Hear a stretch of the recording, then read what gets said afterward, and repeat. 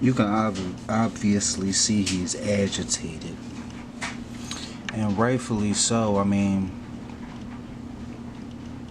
social media has been so corrupted, and I'm seeing it through a different lens here, and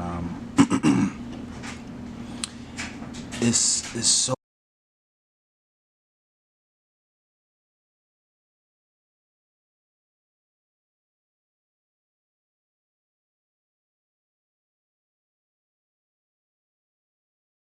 bad you can't even explain this shit.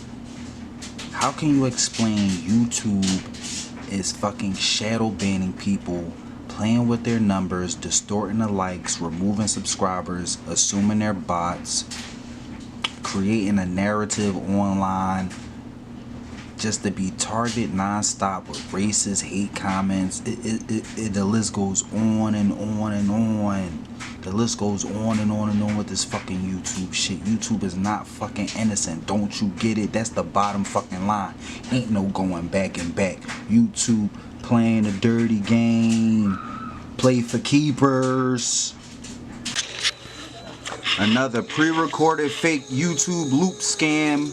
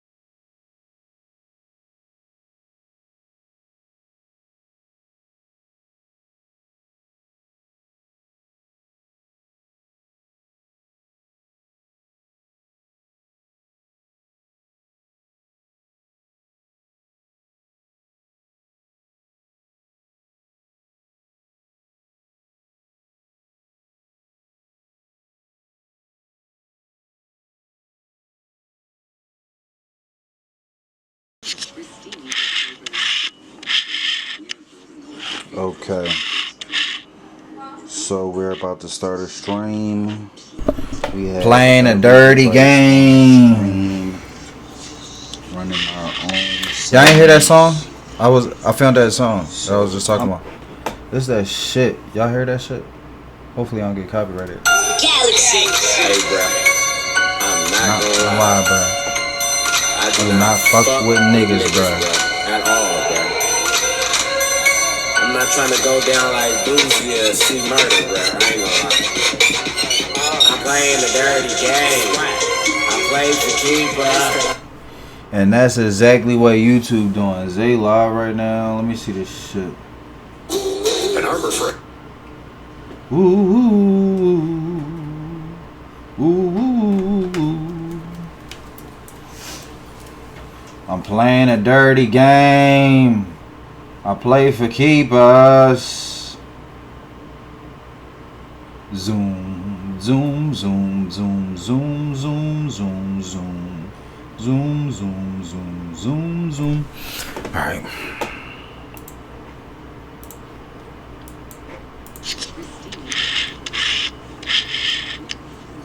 Okay. So we're about to start a stream. We have every device. What was Yeah, my journalism camera. Where my journalism camera? Where my lawyer camera? I'm about to turn into Young Pharaoh. I'm about to turn into Johnny. Did I miss a video? And see, I'm gonna show y'all like the Oh wow. Hold on, we gonna get the. Yeah, I think we reviewed that. Camera. Where my journalism camera? Where my what? It's like YouTube has to have some boundaries here, man. Like maybe a couple years ago, like life on YouTube has come to a close. Yeah, we reviewed that. And what is this? Okay. This is YouTube distorting the likes. So we're about to start a stream. We have every device on the stream running our own settings. Okay, this is YouTube distorting the likes, and I might have mentioned YouTube and them distorting likes previously at random, and you probably didn't know what I'm saying. Okay, I can probably explain it a little bit more. So I have like these devices, right, and I used to have them as phones, and I just so happened I just put them on my stream so it could support my stream. It's no big deal, right? So like my old phone I like the stream, so that'd be like one like. Before the shadow ban, the likes would register, and like if it was like 20 people waiting for my stream to start, it would be like 20 likes. But like I'm running these like little tests now to see, and like I'll have like 5 or 6 devices on my stream, right, and it'll be like 10 people waiting for me in my stream or something, right, and it'll only show like 1 like. So it's like I'm trying to show like how they playing with the likes, and some days it's like, bro, some days it's like 60 fucking likes, and I'm before the stream start. Like all the likes register, everything's good to go. Still get shadow banned though, but it's like one day it's like 1 like, 4 likes. The next stream is like 30 likes, 50 likes. It's like, bro, what the fuck is the fucking root metric behind this shit, dude? It's whenever you feel like it, that's when the fucking likes register. Like, bro, this is what I'm saying, bro. The distransparency here is so sinister. Like, I'm literally running my own tests and disproving them myself. Like, I'll have 2 devices on before my stream starts, my phone and my tablet and my TV. I'll have them like the stream, and before the stream start, the shit got 1 like. It's like, bro, not even, I shouldn't even have it. Even if I don't have the 20 likes that I should have, and where the fuck is the 3 fucking likes? And my like, where's my 4 likes, man? Like, they're completely distorting and shadow banning my channel, bro. It is so deep, and it's so mistrustful. It is so bad and scammy and fraudulent, bro. It stirs up all types of commotion in the process.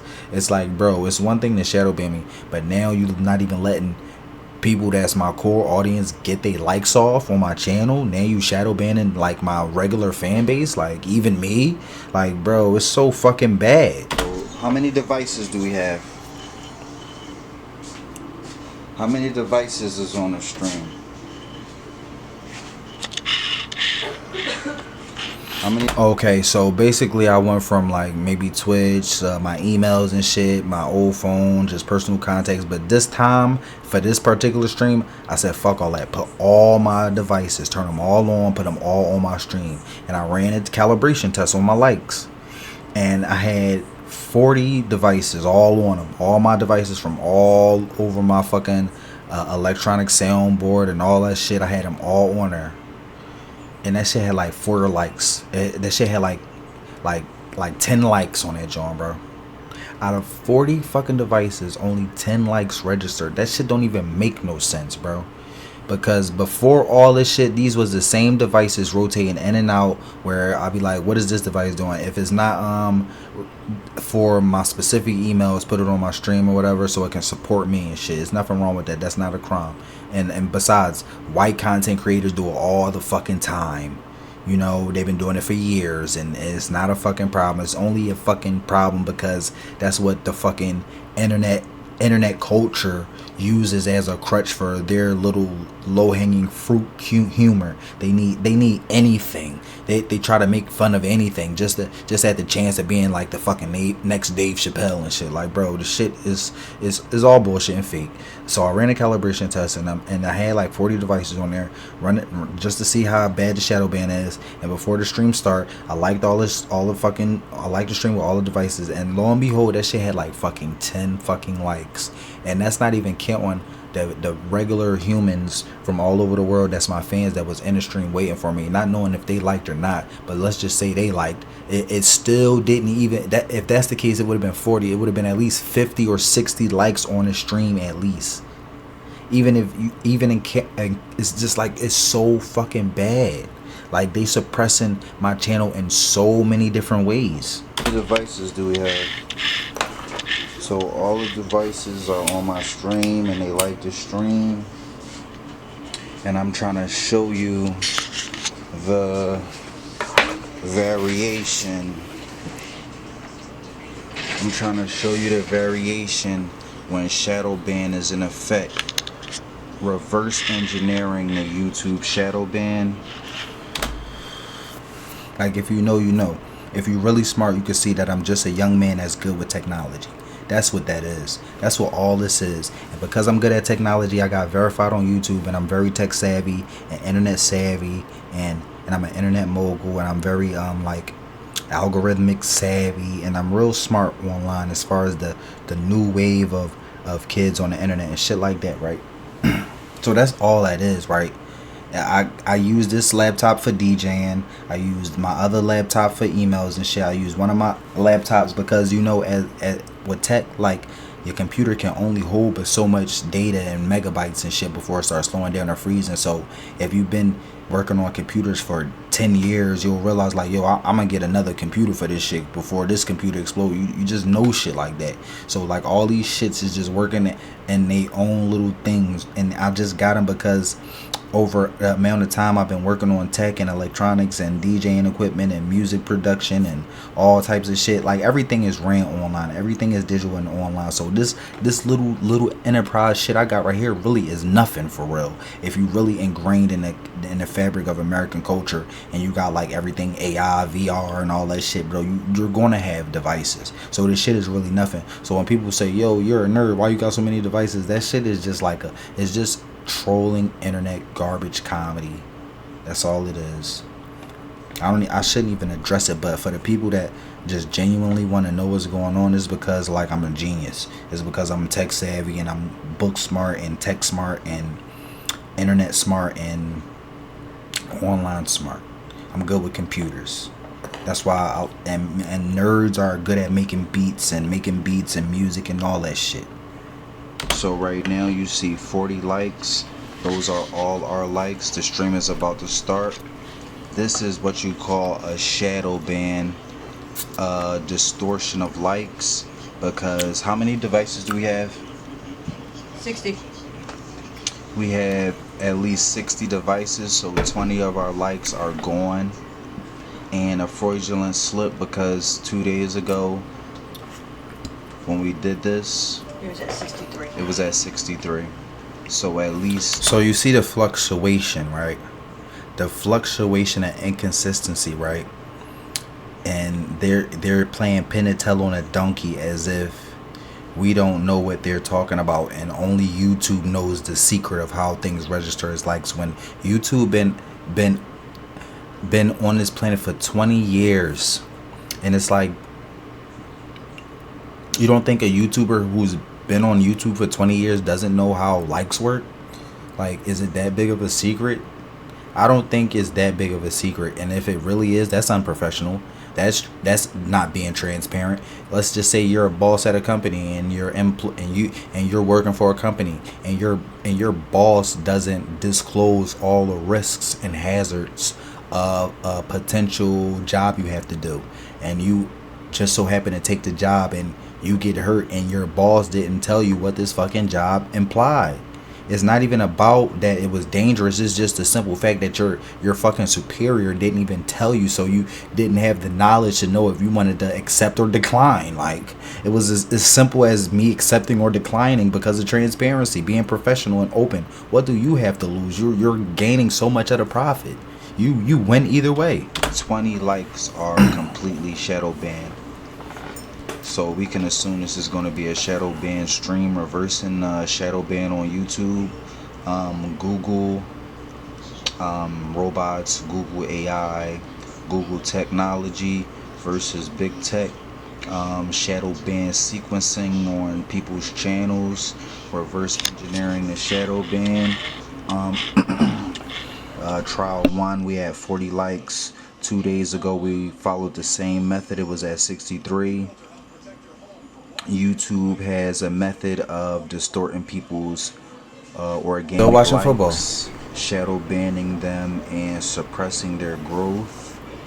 So I would assume that the distortion of the likes symbolize their patterns and their methodology on how they would be suppressing people's channel and affecting people's growth and affecting people's channel. Yeah, that's not important. So we got 40 likes today, and we'll test this diagnostic every day just to show you the variation. This is the first trial. 58 people waiting. There should be at least 58 likes on the stream. So YouTube and the China department or whatever China's doing with this app, That shit sound like bullshit. What the fuck did I say? I said the China employers. What I'm trying to say when I'm saying shit about China and YouTube is that I'm not sure if it was this year or last year or a couple years ago.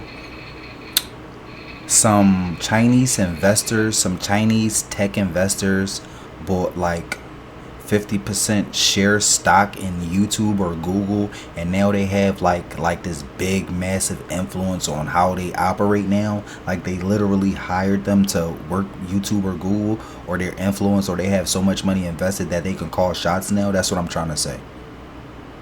And I'm just blah, blah, blah, blah, blah, blah, Chinese people, fucking Chinese. Like I'm just trying to get it out, but I don't know what to say.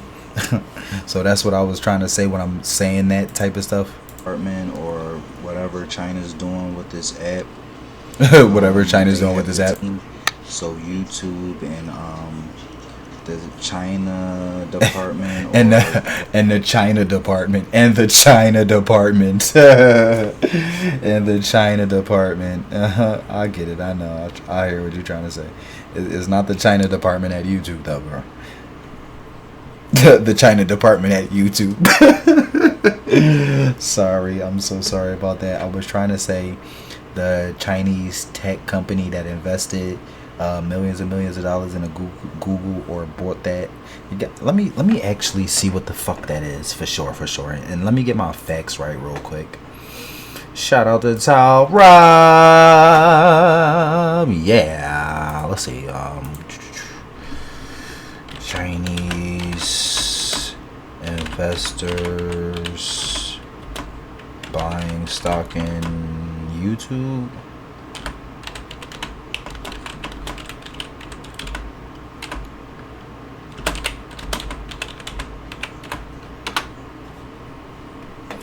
While Chinese investors can technically buy stock in which owns YouTube due to restrictions, it's highly unlikely they do have a system. Chinese citizens typically cannot.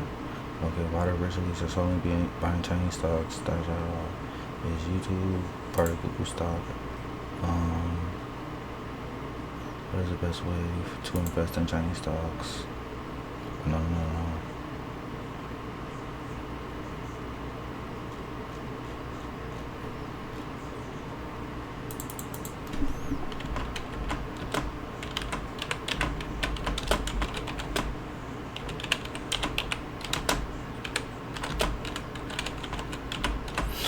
I don't know if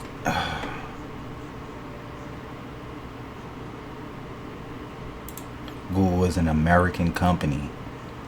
Really? China restricts Google, okay. Google China, yeah.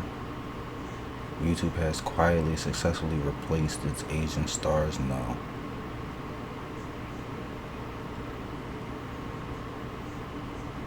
How Google took on China laws, Google China search engine.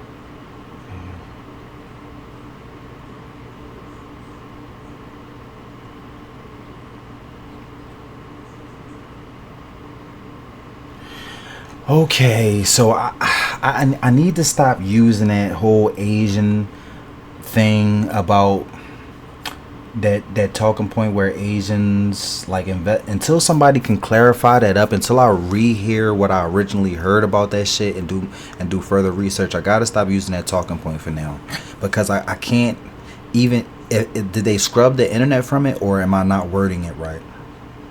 Google buys YouTube for 1.6 billion, 2006. It's an American fucking company. I wouldn't know.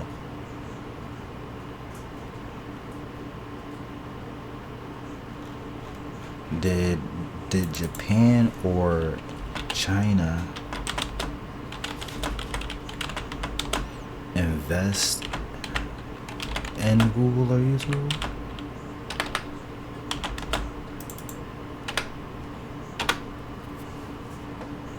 Yes, Japan has invested in Google, but Google has invested in subsea cables. Google announced a $1 billion investment in 2 new subsea cables to improve digital connection between U.S. and Japan.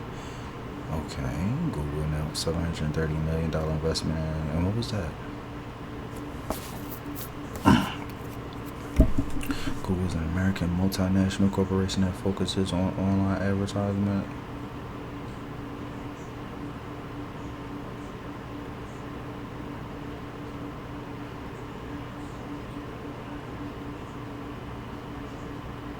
Japanese stocks rebound and Google loses DOJ antitrust.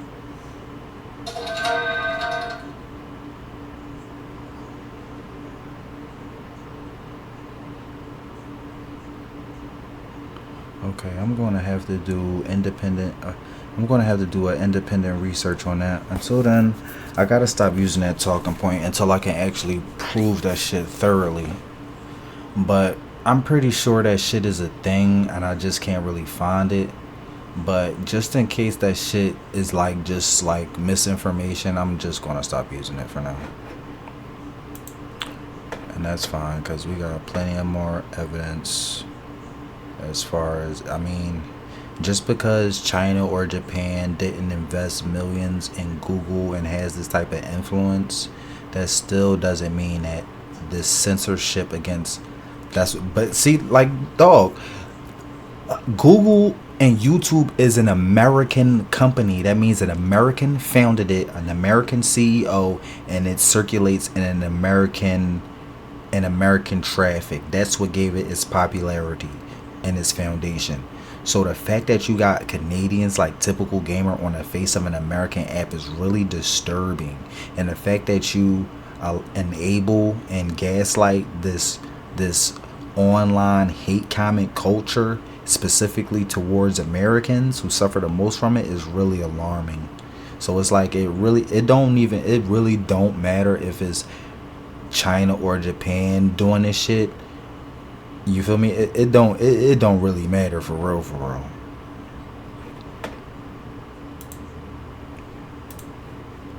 Whatever China's doing with this app, they have the technology to suppress people's likes and distort people's likes. They have the technology to shadow ban people out the algorithm. They have the technology to do a lot of things to ruin people's brands, careers on YouTube. And this is a follow-up to show you proof of the reverse engineering of how content creators for the last 10 years have been getting shadow banned by the millions. Maybe this is Google, maybe this is YouTube, maybe this is the new tech or China's new founding in Google. This could be their doing. This could be the people from China who bought stake in Google or YouTube doing this. But this is un-American and unethical. And we're going to show and prove how YouTube personally distorts people's likes, subscribers, viewership, and removes them out the algorithm, ultimately affecting people's income. Oh my God, they're going to get destroyed. They're going to get buried. Yeah, just like any scientific formula, hypothesis, thesis, and conclusion, and the experiment, like you apply to everybody. to see what's what and just to check, double check. So now that we know it's not China or it's not Japan, now we can see who else it might be. Maybe it might be maybe it just might be Google. Maybe it might be one of us. Maybe it might be an American. Maybe it might be an American doing this, or it might be the FBI. So now we can cross China or Japan off the list. But maybe we can cross China or Japan off the list. You know, it's free smoke for everybody. We're gonna check and see if it can be anybody, and we need to dot our I's and cross our T's, whatever that the case might be. But we need to check so many different things just to see who that one person is, because nobody really knows. So if you really want to find out and you have no lead, you have to start from scratch. So gotta turn over every rock. It could be anybody, any leads. So it's not nothing personal. People just trying to get to the truth. Like, bro, listen, I said it in one song. He was like, this the ad-lib. This shit gonna be big. I didn't know. Yep. I didn't know Soulja gave you the ad-lib. Yeah, he gave my first CD. It's called Ice Cream, Ice Chain, Ice Ring, Iced Out. Man, yeah, Soulja solid, bro. The industry did that shit to him. Waka Flocka speaks on Soulja Boy coming up with the ad-lib Flocka and Soulja being his first ever feature. I don't never want to get into it. See, this is why I was bringing up Soulja Boy sometimes in a couple of these other documentaries at random, and he ain't had nothing to do with it. I just be like, yeah, 2 + 2 = 4, and that's because of Soulja Boy. And I know that shit might be sounding like I'm crazy, but it's just so I can remember how much Soulja Boy is now becoming a big role in all of this internet shit, bro. Like, we was just researching the whole Chinese thing in Google, and you kept saying 2006, 2006, 2006. Well, I'm pretty sure 2006 is the same year Soulja Boy cranked that Soulja Boy. And that shit was on like World Star, or not World Star, or what, on MTV, which is going viral. Like, he was the first viral artist. You know how people use the term viral artist now? Like, he was the first viral artist where it was like an overnight type of thing. And like Soulja Boy took off, and then he dropped a couple videos on YouTube, and that's what popularized YouTube. You wouldn't even know. If Soulja Boy didn't drop music on YouTube, YouTube today would be more like Kick or Rumble. It would be like some B-class celebrity shit. We would probably be more on Instagram or Facebook still, but a little bit more loyal to those apps for real, because they would have a star that was more embedded in the culture. Now, see, what YouTube did was they capitalized off of Soulja Boy's viral effect in the streets and the grassroots. Like, he was so viral, he would make people buy phones and buy beepers and buy pagers. Like, it's just like a YouTuber who got 20 million subscribers, but it's hard for them to pack a stadium. You hear about them having like tours, and nobody will really come up, because in real life nobody really like them. They only like that internet version of a more watered down, lazy version of entertainment where you don't gotta move. But Soulja Boy is one of those transcendent artists where he be like, all right, it's Soulja Boy, so let me get the fuck up, let me get dressed, because you don't want to miss it, because it's good. It's actually good. It's worth it. You're going to get your money's worth. And he brung that fucking shit to YouTube, and YouTube blew the fuck up. YouTube ain't really need nothing else, because now they was getting everything they needed for the low, like for free. All the audience, all the clicks. And then they went from millions logins to billions, man. You know what billions of logins a day is? That's billions of dollars a day. You go from saying yay, millions of dollars, to oh my god, billions. Like, that's too much money to even. You can do whatever you want with that kind of money, right? So YouTube blows up because of Soulja Boy, and YouTube and of course that the industry is just sucking Soulja Boy dry. They saying he fell off. They pushing him to the side. He really didn't fall off though. But the thing is, the industry is creating that narrative and they putting money behind it. So everybody is like, we'll pay you to agree that Soulja Boy fell off. And so his views declined and all that type of shit declined based on the online algorithm and them forcing people to watch people like Ninja or like Tfue or like another artist like Lil Baby or something, right? And now the algorithm, just like UMG, Universal Music Group, while Drake is suing them because of the bots, like they'll just send all the bots over there to make it seem like this is the lit place to be, so it'll naturally promote their brand for regular people to join too. So now the numbers are going to get more inflated. It's like, so that created the negative narrative against Soulja Boy, even though he's really an icon, going fucking viral at 16, making his own song, recording it, and making it beats. Like, he literally didn't have to pay anybody for anything, getting it out the mud. That's some shit I did. Like, make your own beat.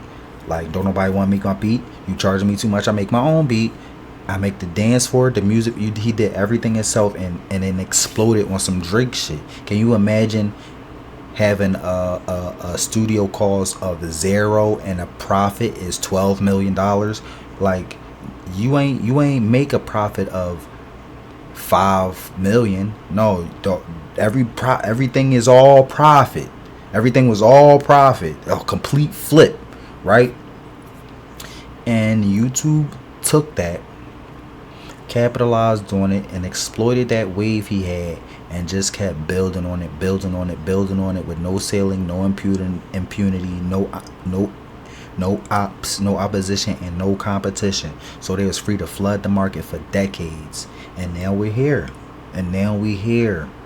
Just like rock and roll, just like jazz, okay, just like hip hop, just like country music. This is the way you steal intellectual property. This is the way you steal somebody's contribution without giving them the proper credit. So we would never actually truly know what YouTube would be if YouTube didn't decide to post this video on his app. We technically wouldn't know. Whatever video app he was there at that time, it was perfect timing.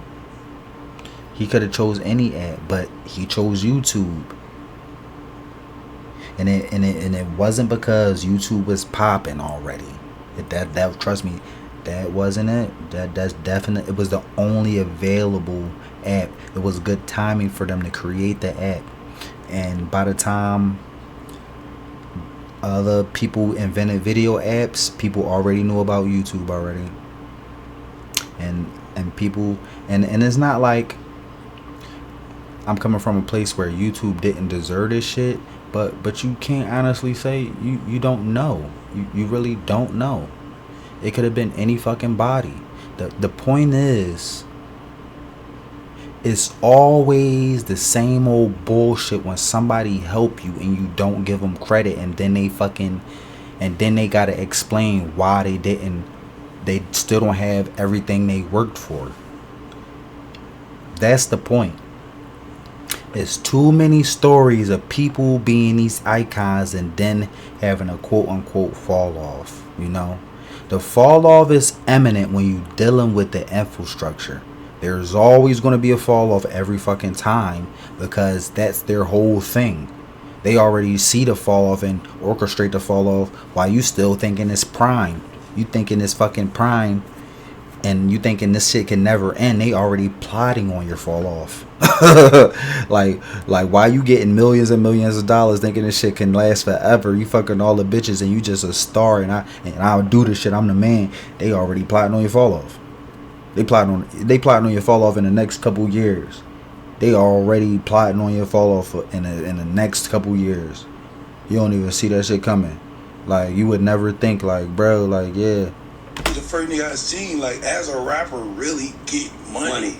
Oh, He's the first viral. Bro, Soulja Boy was like Waka Flocka. Like, And that's crazy. I was telling y'all over and over again, like, bro, I woke up this morning. I didn't know what I was going to do, but all I knew is that I was going to try. I'm not the perfect journalist. I'm not the perfect lawyer. I'm not the perfect investigator. I'm not the perfect psychiatrist. I'm not the perfect therapist, but I'm going to at least try.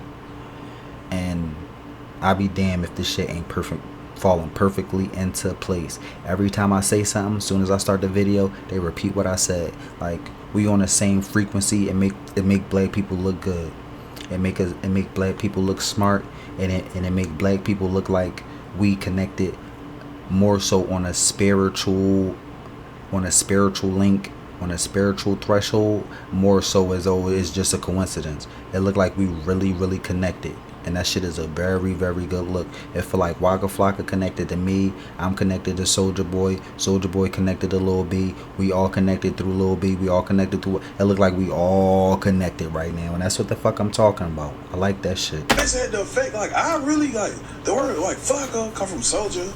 Like, you know what I'm saying? Like, Oh, wow, I know that. Oh, God. Like, Lil Brothers live behind. He used to live in the neighborhood behind us. He came. I was like, hey, bro, I need a feature. I remember one time, I was on like, hey, bro, give me a guy. Nigga, I ain't got no rap, nigga. Soulja was the first. And it's like, bro, when Waka Flocka explaining this shit, this is like me trying to explain to y'all how important and powerful Soulja Boy really was. Even Soulja Boy, he got a certain humbleness to him. He got a certain modesty to him.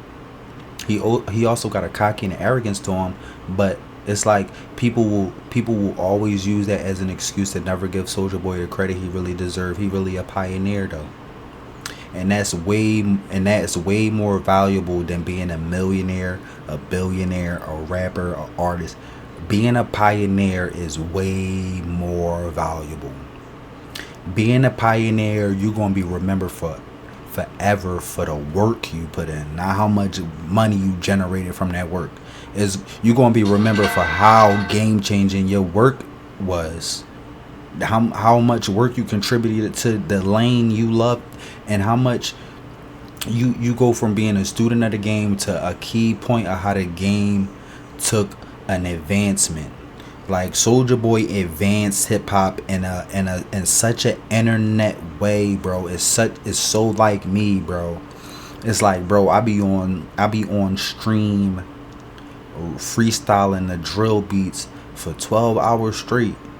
Like, there is no other rap artist or streamer in internet history who can actually freestyle from the top of the dome good actual real hip-hop drill rap over beats for hours at a time, non-stop, for years.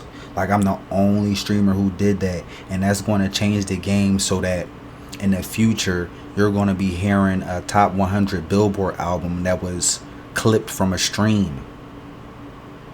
And then Taylor Swift little sister is going to do only albums that's clipped from streams. And then country music is going to start doing clip stream albums. And then and then that's going to be the new wave of how to drop music sooner, faster, and more efficiently without exhausting yourself nonstop.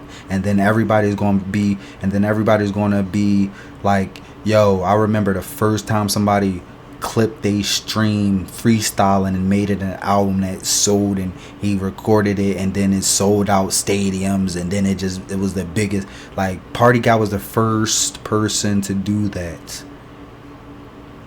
Just like Soulja Boy was the first person to go super viral online, on the internet.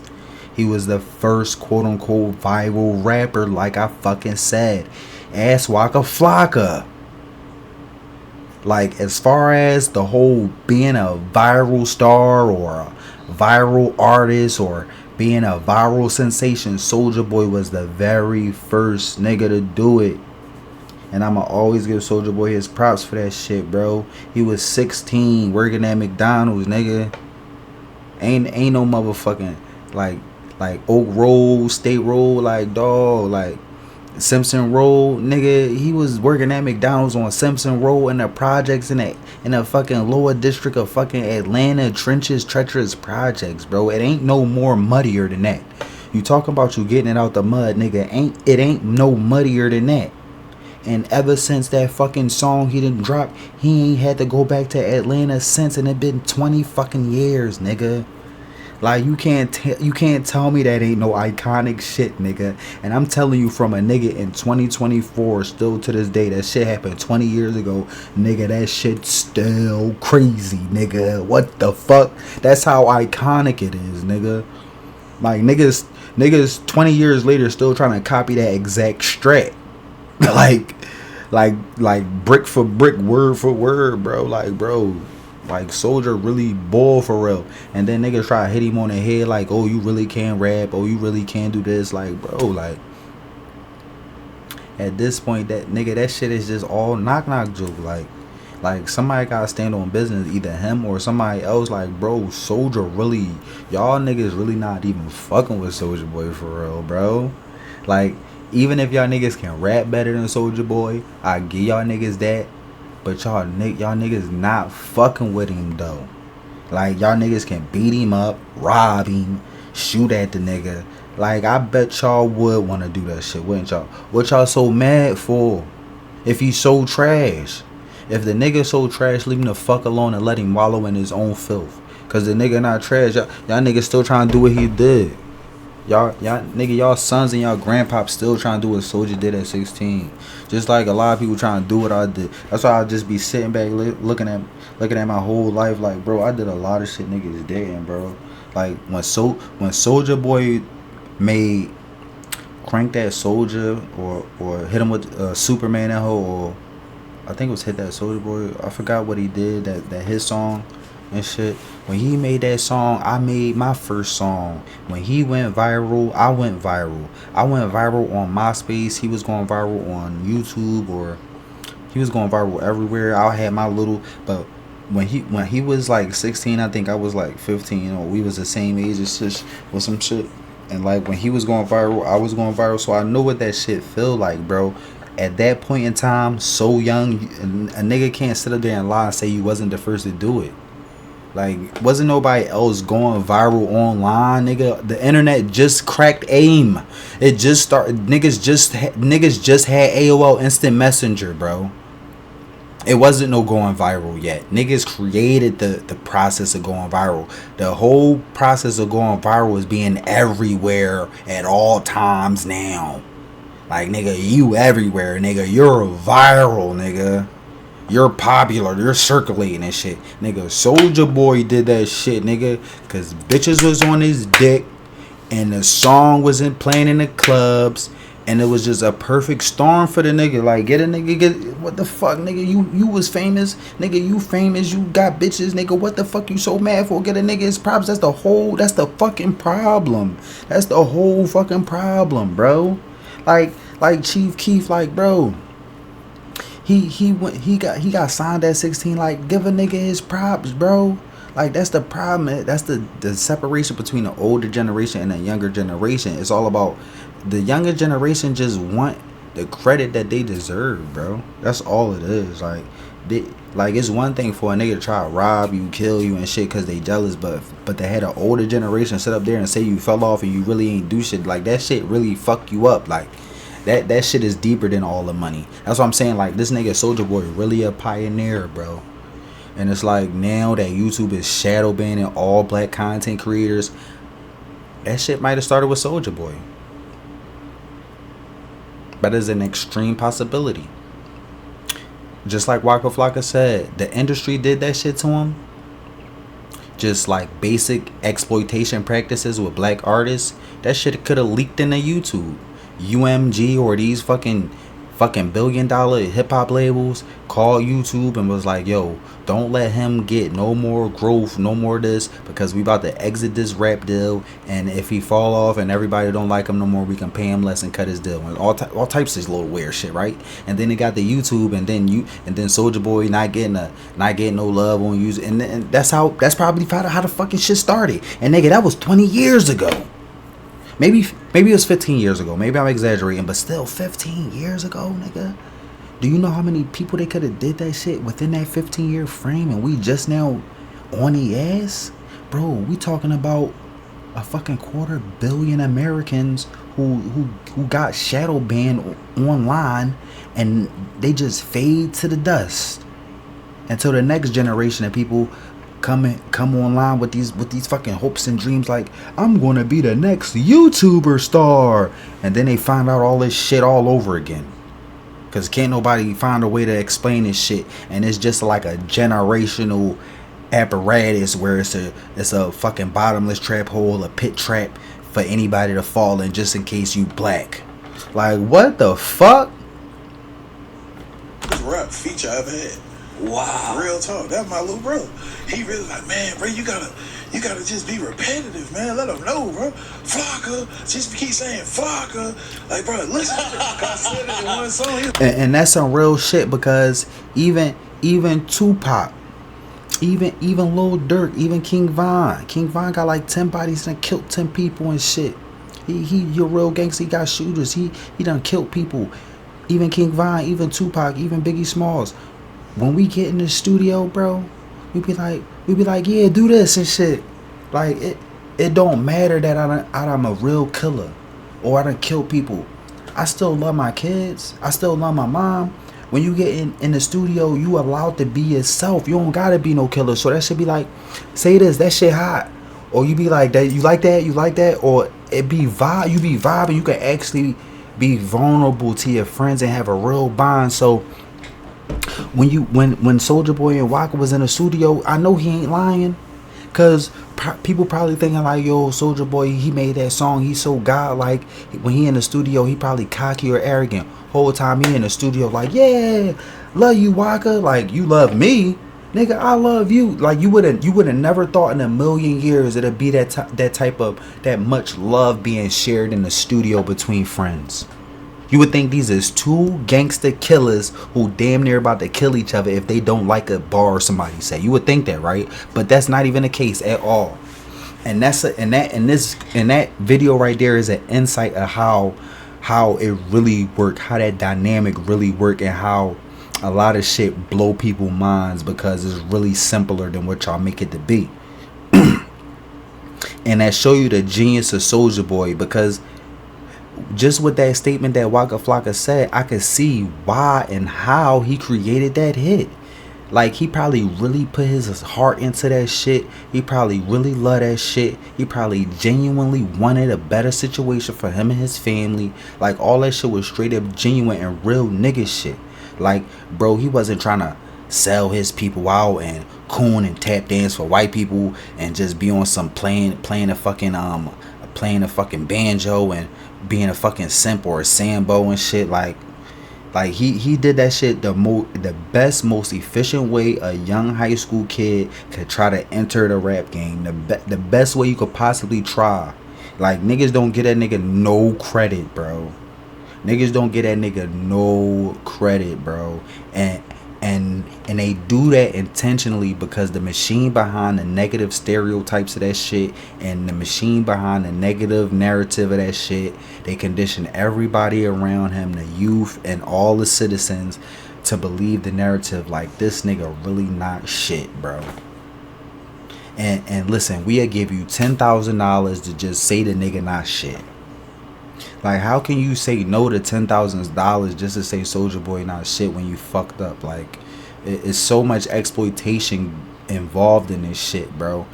Like, niggas probably was paying niggas to get online and harass Soulja Boy and his fan base to the point where they ain't even want to be bothered with the nigga no more.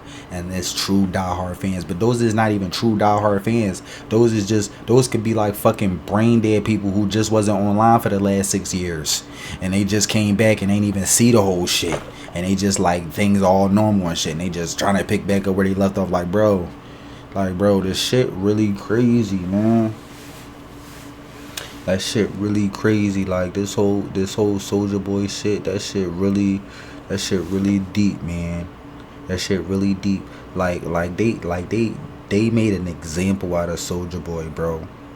Like they really made an example out of Soulja Boy. Like, the US government and the forces the evil forces at will, or the evil forces at B, the evil forces that be.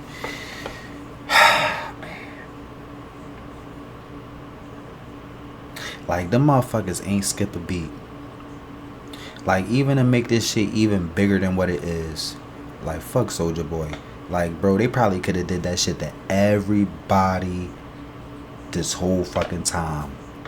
They probably using the same methods to destroy every black prominent artist.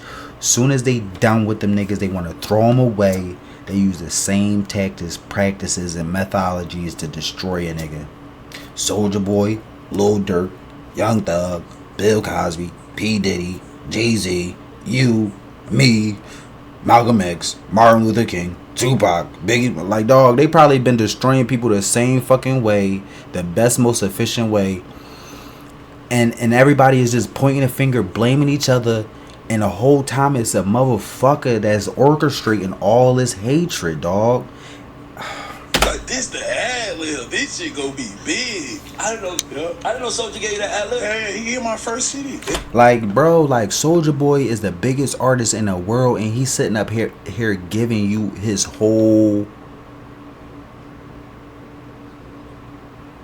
And Soulja Boy, like, dog, he a real nigga, bro. That's some real nigga shit, bro. Jay-Z wouldn't do that.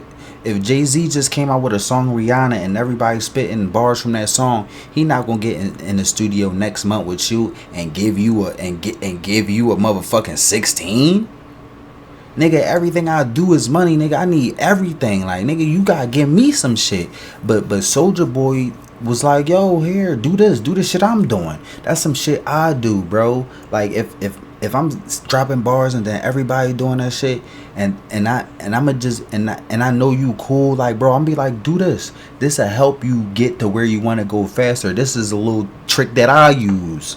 As long as you give me credit where credit is due, when you can, when it's possible, if you get, I mean, just shout me out or let people know that I'm the one that helped you with it, everything all good. And niggas still don't even do that these days, bro. And Soulja Boy didn't even skip a beat, nigga. Dog, he literally discovered Waka Flocka, bro. That's the potential of that shit. Like, dog, Soulja Boy could have created 20 more Waka Flockas if he didn't, quote unquote, get shadow banned or suppressed, or the whole, like, the industry shit. Like, who knows? Like, Soulja Boy really was a real one. And not even Soulja Boy. Soulja Boy is a prototype. It's plenty of other people that was doing that. And that's what you really supposed to do. Like, when you in a studio, it's supposed to be all love. You're not really supposed to be shrouded by the fucking hubris and the ego. You know, you're supposed to humble yourself, stay grounded. Because when you're around some real ones, bro, you got to make sure you reciprocate that energy. You can't be fake to no real ones, bro. That's bad karma. And Soulja Boy already knew it, and he ain't never stop. That's how he always was, continuously, still to this day. And it's like, it's a lot of people like that, and those are the people that get taken advantage of the most, man. Like a nigga like Rick Ross or Drake, them niggas gonna skyrocket the prominence because they stepping on everybody, they squishing people on their way to the top, not giving a fuck about nobody. But niggas like me and Soulja Boy and Waka, bro, we eventually get drowned out the industry, off to like the fucking career graveyard, and then everybody is free to demonize us and denounce us to the point where they bring up fucking relationships from middle school where we was in a lunch table, and they say like, go fucking say he lied on you, that he raped you in middle school. So we like, bro, motherfuckers already careers been over, barely going broke, and it's just a sport. It's just the American sport, just to see if it's still cool. We going to get away with it anyway, and let's just see it because it's cool to just demonize black people and just try to destroy them just for the fucking kicks and giggles. Like, bro, it's so bad. It's called Ice Grill, Ice Chain, Ice Ring, Iced Out. Man, yeah, Soulja solid, bro. The industry did that shit to him. Mr. Paris Sorrell in the building. Paris, and then we'll get Anubis. Paris, what's up? Hey, how are you? Good evening. How's everybody? Hey, Paris. How you doing, brother? Thanks for letting me speak. I just want to just say a few things. You know, I live here in New York. I grew up on the subway, period. Full stop. Don't do it anymore. But I just think it's very important that people realize that mental illness here in New York City was disregarded years ago. I forgot which mayor. Okay, so this is evidence that generally America neglects and avoids treating its citizens for mental health. That's what this is for. I guess this is what this is for. So my intuition told me to record it and get evidence. So this would be like the whole state of New York just openly, publicly neglecting its citizens' mental health and shit. Like, bro, like, what the fuck? There is no help being given to someone like poor Jordan Neely. There was nothing given to him that he should have been. I was just talking about this motherfucking too, man. This motherfucker Daniel Penny. Donald Trump just took a fucking picture with him, man. That motherfucker Daniel Penny ain't shit, bro. That's what I'm talking about. Like, these motherfuckers get the green light to kill kids and shit, choke them out on the subway. Like, bro, no. That's not it, bro. That's not a cop. A cop is by law to serve and protect, not be so fucking afraid. If he see a shadow, he turn around and kill a kid. Like, bro, like, that's not no cop. A cop is supposed to be fearless in the sight of danger, dog. He's supposed to move a certain militancy. He not supposed to sporadically get so fucking shell shocked he shit himself and shoot a kid, dog. Receiving the funds, he should have been receiving the help. He should have been receiving the funds as an American. Yeah. Not being given to other people from other countries. And that's another good point, because they got the fucking money to do this shit we talking about, like helping Americans figure out the next step to recovery in their journey for mental health and this online cyber harassment shit. Like, bro, if we want thousands of dollars, bro, they got it. They have the money.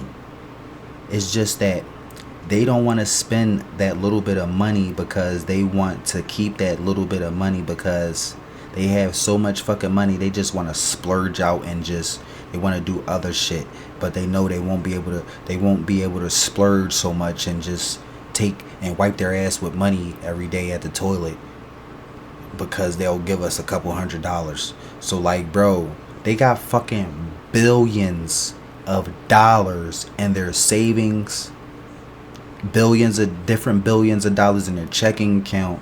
They have multiple accounts. They have multiple accounts with billions of dollars. So it's like, bro, y'all giving money to immigrants. Y'all paid for a new vaccine fund. Y'all just reconstructed a new hotel that cost $1 billion.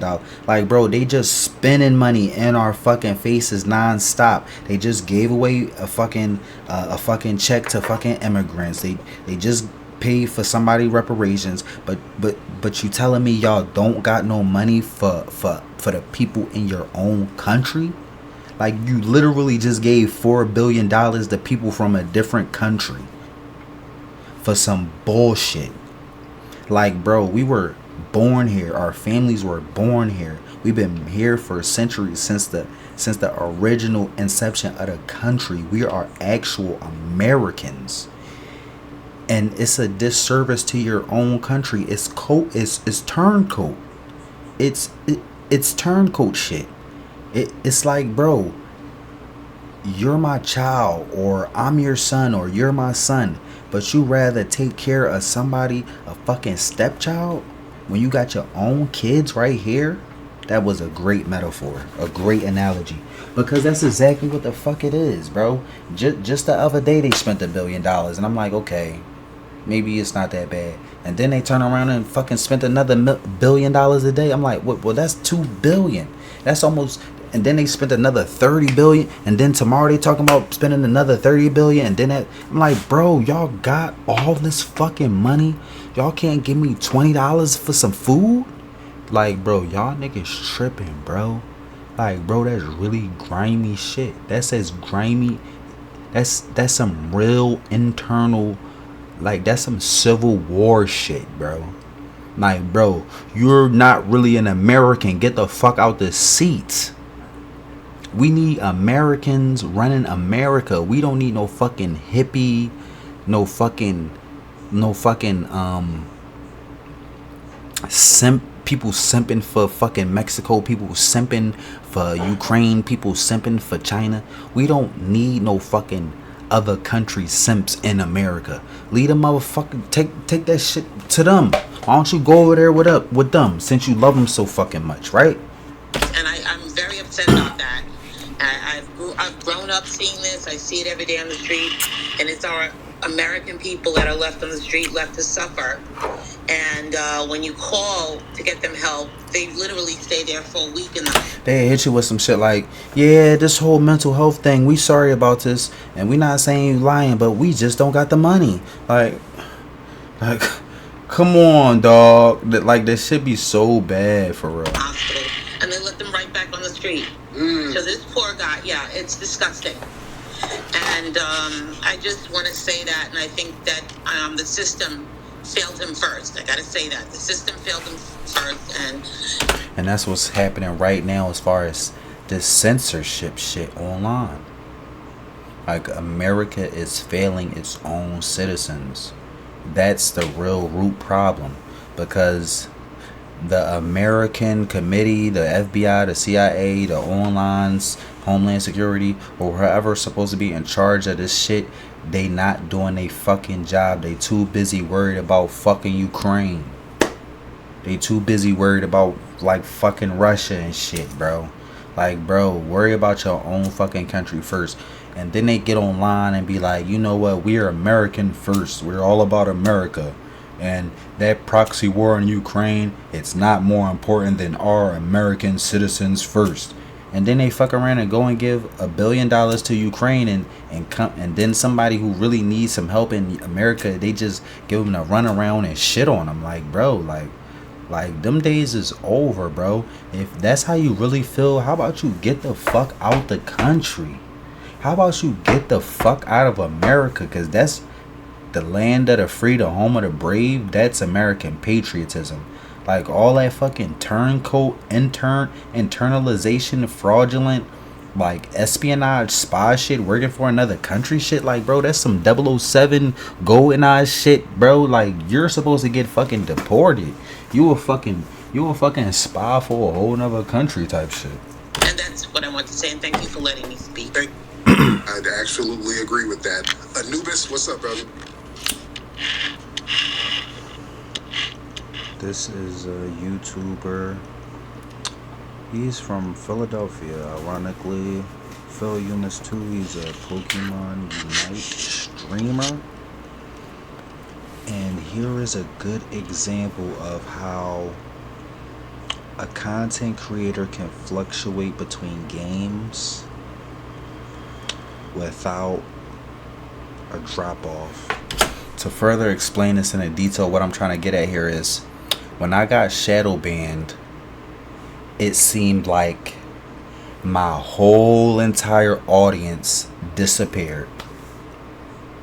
And YouTube was trying to weaponize it under the moniker of you switch games, and they'll like flood you with, like, you switch games all online.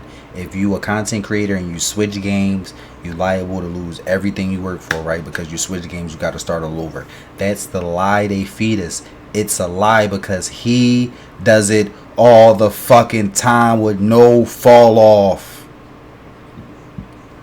And not just him. And he lived right around the corner. This kid, Phil Eunice, he lived right around the corner somewhere. He like my neighbor and shit. But it's bigger than him because, as you can see, it's no fucking unity. He can be living right next door. He won't talk to me and shit at all, ever, and shit. And I go and I get more subscribers than him. I be like, yo, look at me, I'm popping right now. And this shit still like, man, fuck you, dude. It's like, so you can never really earn somebody's respect on here. So that shit is fucking so far flown out the window. Like, this is what happens when you're past that shit, right? So it's like, I used to watch this kid. I used to be a big fan. Blah, blah, blah, blah, blah. So now he's on my feed sometimes and I watch him sometimes now. And now I'm just using him as a fucking evidence, as an experiment, as a study, because as you can see, there's no fucking actual fall off when you switch games. He's a Pokemon Unite streamer. He gets like 500 people watching his stream.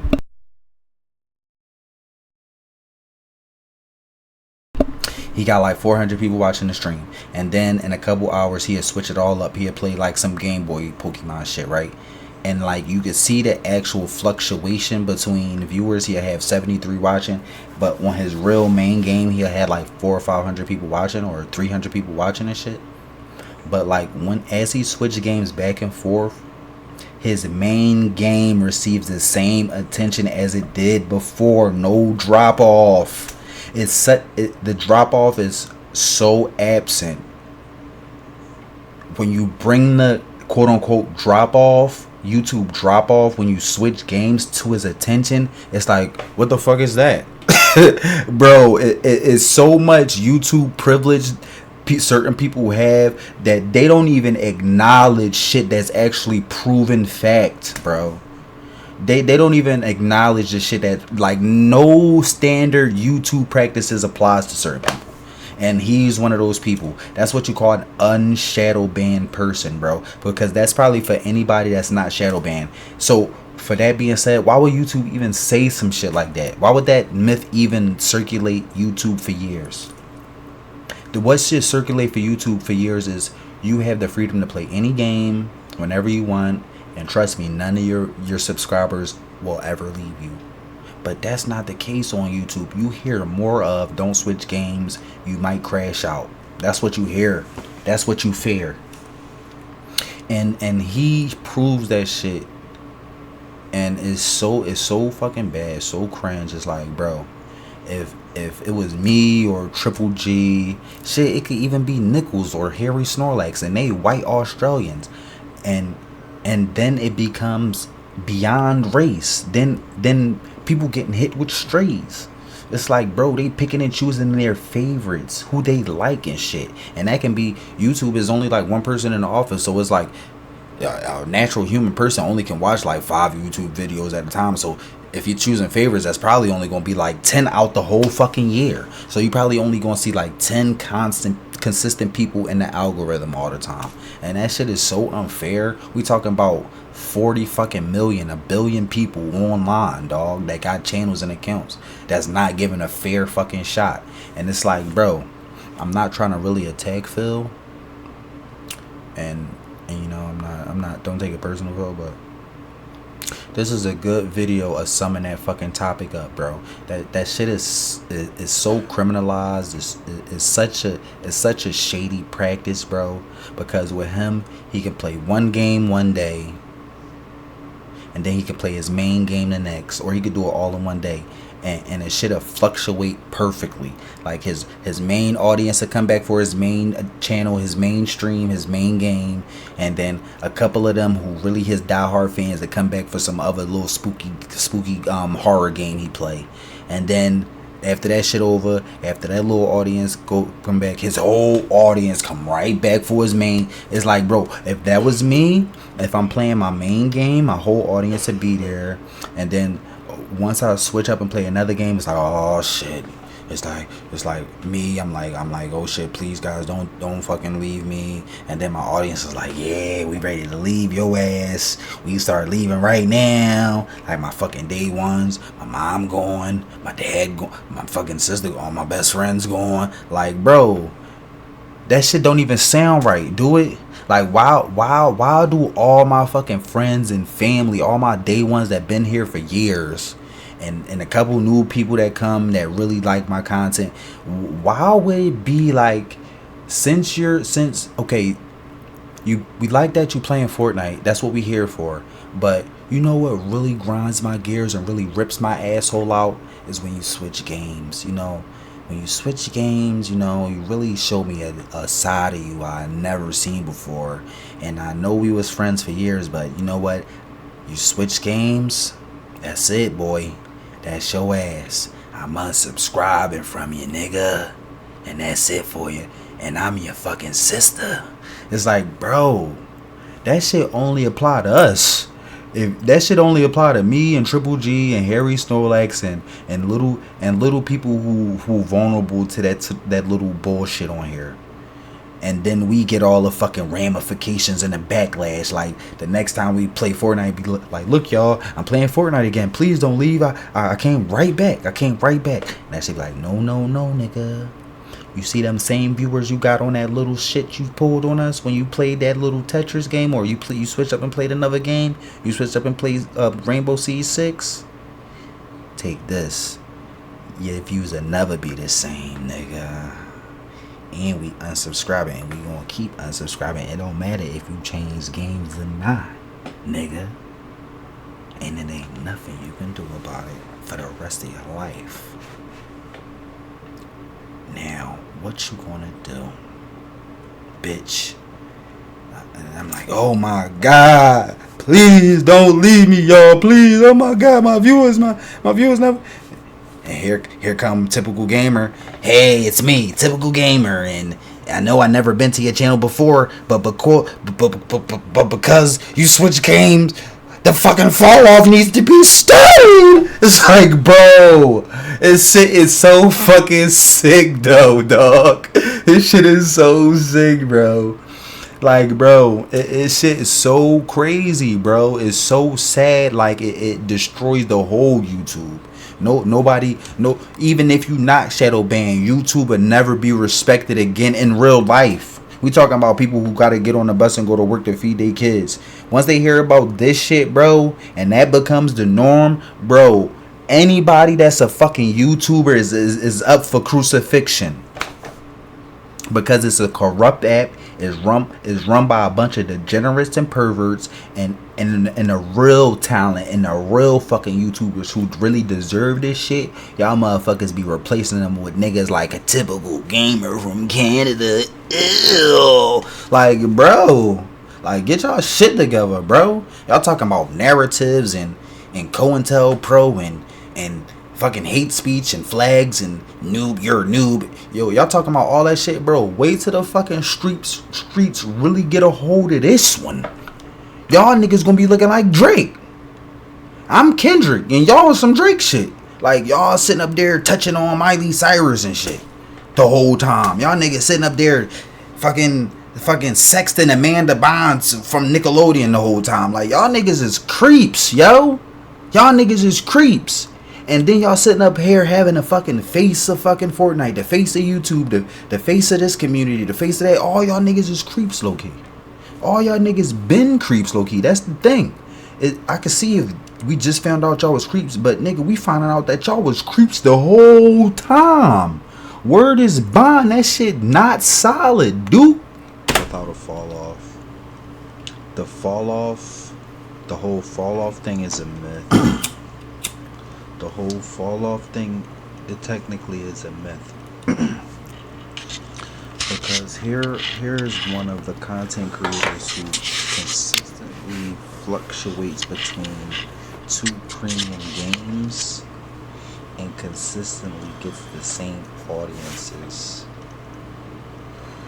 TFK Marusha. Me or you would be playing Fortnite, and then play Call of Duty. The next time we play Fortnite, it would be a significant drop off, quote unquote, the fall off. And another thing that's really telling is, see, for me or Triple G or Harry Snorlax or TFK Marusha, people who might be getting shadow banned, but I'm really getting shadow banned, but maybe it might be mini shadow bans and all types of shit, you don't know. So let's just put that in a bag of theories. If we did that shit, what he doing, switching back and forth between games, nigga, we would do that shit for like a week and stop. Because the shit would be too fucking painful, nigga. We would be losing too much money, losing too much motion, losing too much negativity, too much hate comments, too much fuel for hate. So we would just go back to our original game just to like end all the bullshit, right? But this a person like Phil or a person with that type of freedom to do this shit, bro, they been doing this shit for years, nigga.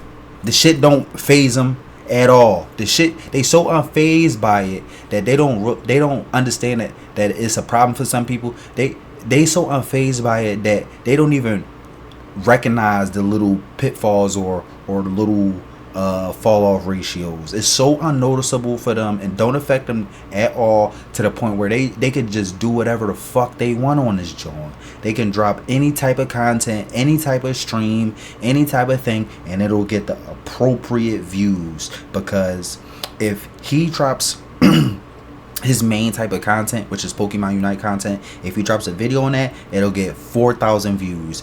And then if he wants to drop a IRL video talking about marshmallows and ice cream and milkshakes, it'll get 4,000 views. And then it might not get 4,000 views, it might get 3,000, but that's not 300 views.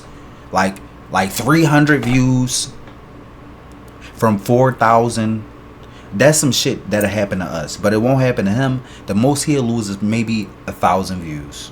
If not, he might even gain more views because people seeing that his what he intended it to be. Like, here's some behind the scenes exclusive content of me in real life, which is normal basic switch up content for exclusive content, an exclusive brand just for people you really love and you want to give back to your community for sticking through you through the hard times. And here's some behind the scenes content, and they'd be like, oh, I like this content, it's behind the scenes, it's so exclusive, it's super secret rare content, and they'll eat it up and shit like it's like how you intended it to be, how you manifested it to be. But that shit don't apply to us.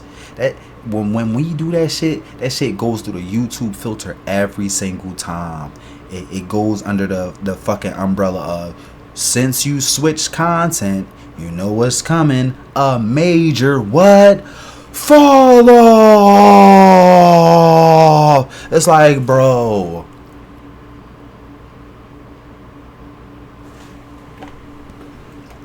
Luigi Mangione. But the whole fall off thing is a construct, it's a narrative.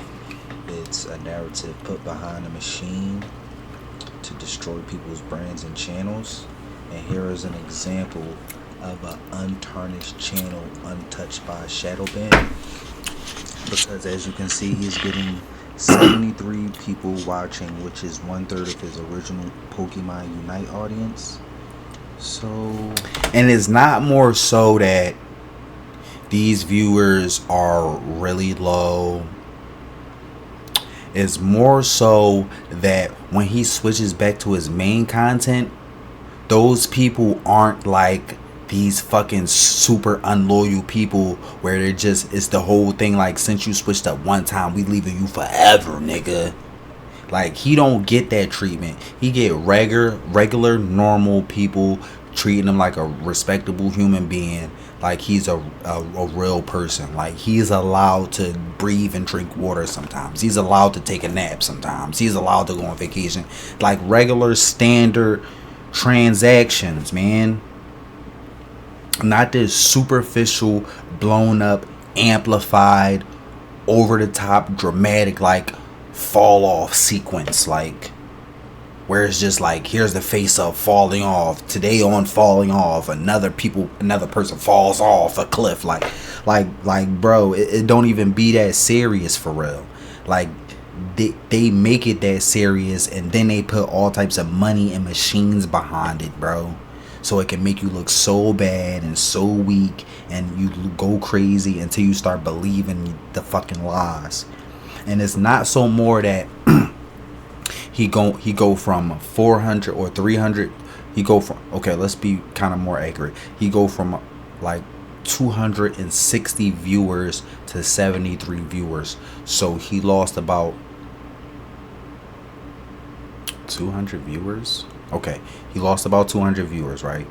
Because that, it don't even matter. Yeah, he lost about 200 viewers. But the thing is, when he goes back to his main content, his original brand, he doesn't have to worry about it being 73 viewers. It goes back to 263 or 73 viewers. It goes back to its original viewership. You feel me? So at any given time, he can take the burden of, you know, playing the game non-stop, playing the same game. He can be like, all right, you know what, guys, I'm sorry, guys, but I've been playing this game and I kind of need a break from this game for a couple days. So if you don't mind, I'm going to play this new game that you guys were talking about, and I'm going to check it out, and we could all play together. And I know that a lot of people not going to be here, but, you know, we just going to switch it up for you guys. And who wants to be here, they could be here. And yeah, we going to go back to my main shit, a Pokemon Unite stream, the very next day. So be there for that. And everything just goes according to plan. Everything's run smooth. He get his main audience back, and he can build back on that, and it'll start growing again like normal, back to normal. But for us, when we do that shit, bro, it'll be like I go from 270 viewers on my main content, then I want to switch it up and I go to 73 viewers like him, and then it's like I go to 63 viewers, and then I go to 53 viewers, and then I go to 43 viewers that stream, and then the same stream I go to 33 viewers, and it's clear like yo, you shouldn't have switched content. And then people start commenting like, yo, what the fuck is this? Why you switch up? You're falling off so hard. Here comes the fall off. You suck. You're a nigger. Black nigger this. And then it's like, we hate you. I'm unsubscribing. And then like you stop seeing like the people who usually come to your stream. They not here. And then you be like, yo, fuck this. I'm going back to my main shit. And you switch back up. And then it never gets past 73 viewers ever again. That's a perfect example, right? The same 2 days for him that would be normal, and it's not that bad. It's not even bad for him. It's probably some shit he wouldn't even really notice, except for the whole viewer thing, but he would be relieved once it goes right back to 273 like normal. But for me, that shit would never go back to 273 ever again. Ever. And then that shit would start affecting my shorts. My shorts views would go down. Like dog, leave my shorts out of this. My shorts ain't had nothing to do with this. Nah, nigga. Your shorts getting clipped too, nigga. Fuck your shorts too, nigga. Smoked. And that's be like, fuck. Well, they fucked me. They fucked my shorts. Maybe I can drop some videos and it'll still be normal. You thought, nigga. You thought. Here come the wham, trifecta, shorts, streams, and what? You guessed it. Videos too. Everything gets fucking smoked. Why you got YouTube privilege like this kid who get the fucking freedom to just take a fucking 2-month vacation to Hawaii, don't post nothing, don't gotta be engaged with his audience, might post, but no content like they tell us to do. Keep dropping content, keep streaming, don't go to sleep, keep streaming, stream for hours, stream for days, don't sleep, just do this. That shit don't apply to him. That shit don't apply to him. And that's what's really fucking concerning. That shit is really some like little internet stereotype shit. Like some little internet privilege. Internet privilege is not even fucking white or Asian privilege. This shit is fucking internet privilege. Like, this shit don't run the same for everybody. Like, bro, this kid got like 10,000 subscribers. So you trying to tell me 30% ratio rounded off to like 50% of his audience is like loyal fans. If he got 10,000, where the fuck is my 30% of loyal fans? Nigga, they made my fall off look so incredibly twisted, out of control, that out of 109,000 subscribers I had, if out of the 109,000 subscribers I have, out of the 103,000 subscribers I have now, the way they distorting my numbers, you would think I had 4,000 subscribers.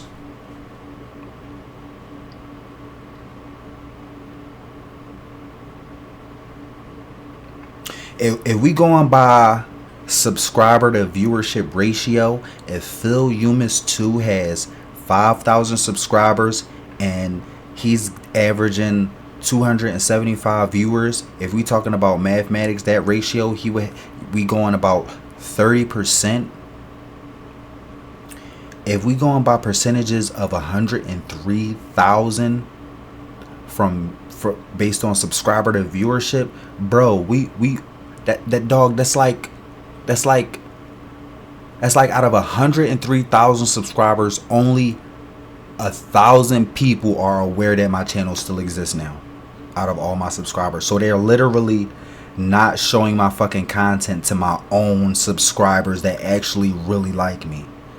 They're making it so hard for my actual diehard fans who actually like me for me and the content that I bring, and who aren't racist and actually just want Fortnite content that exclusively that I do, and they actually want to play with me in Fortnite. YouTube is literally not showing them my content at all.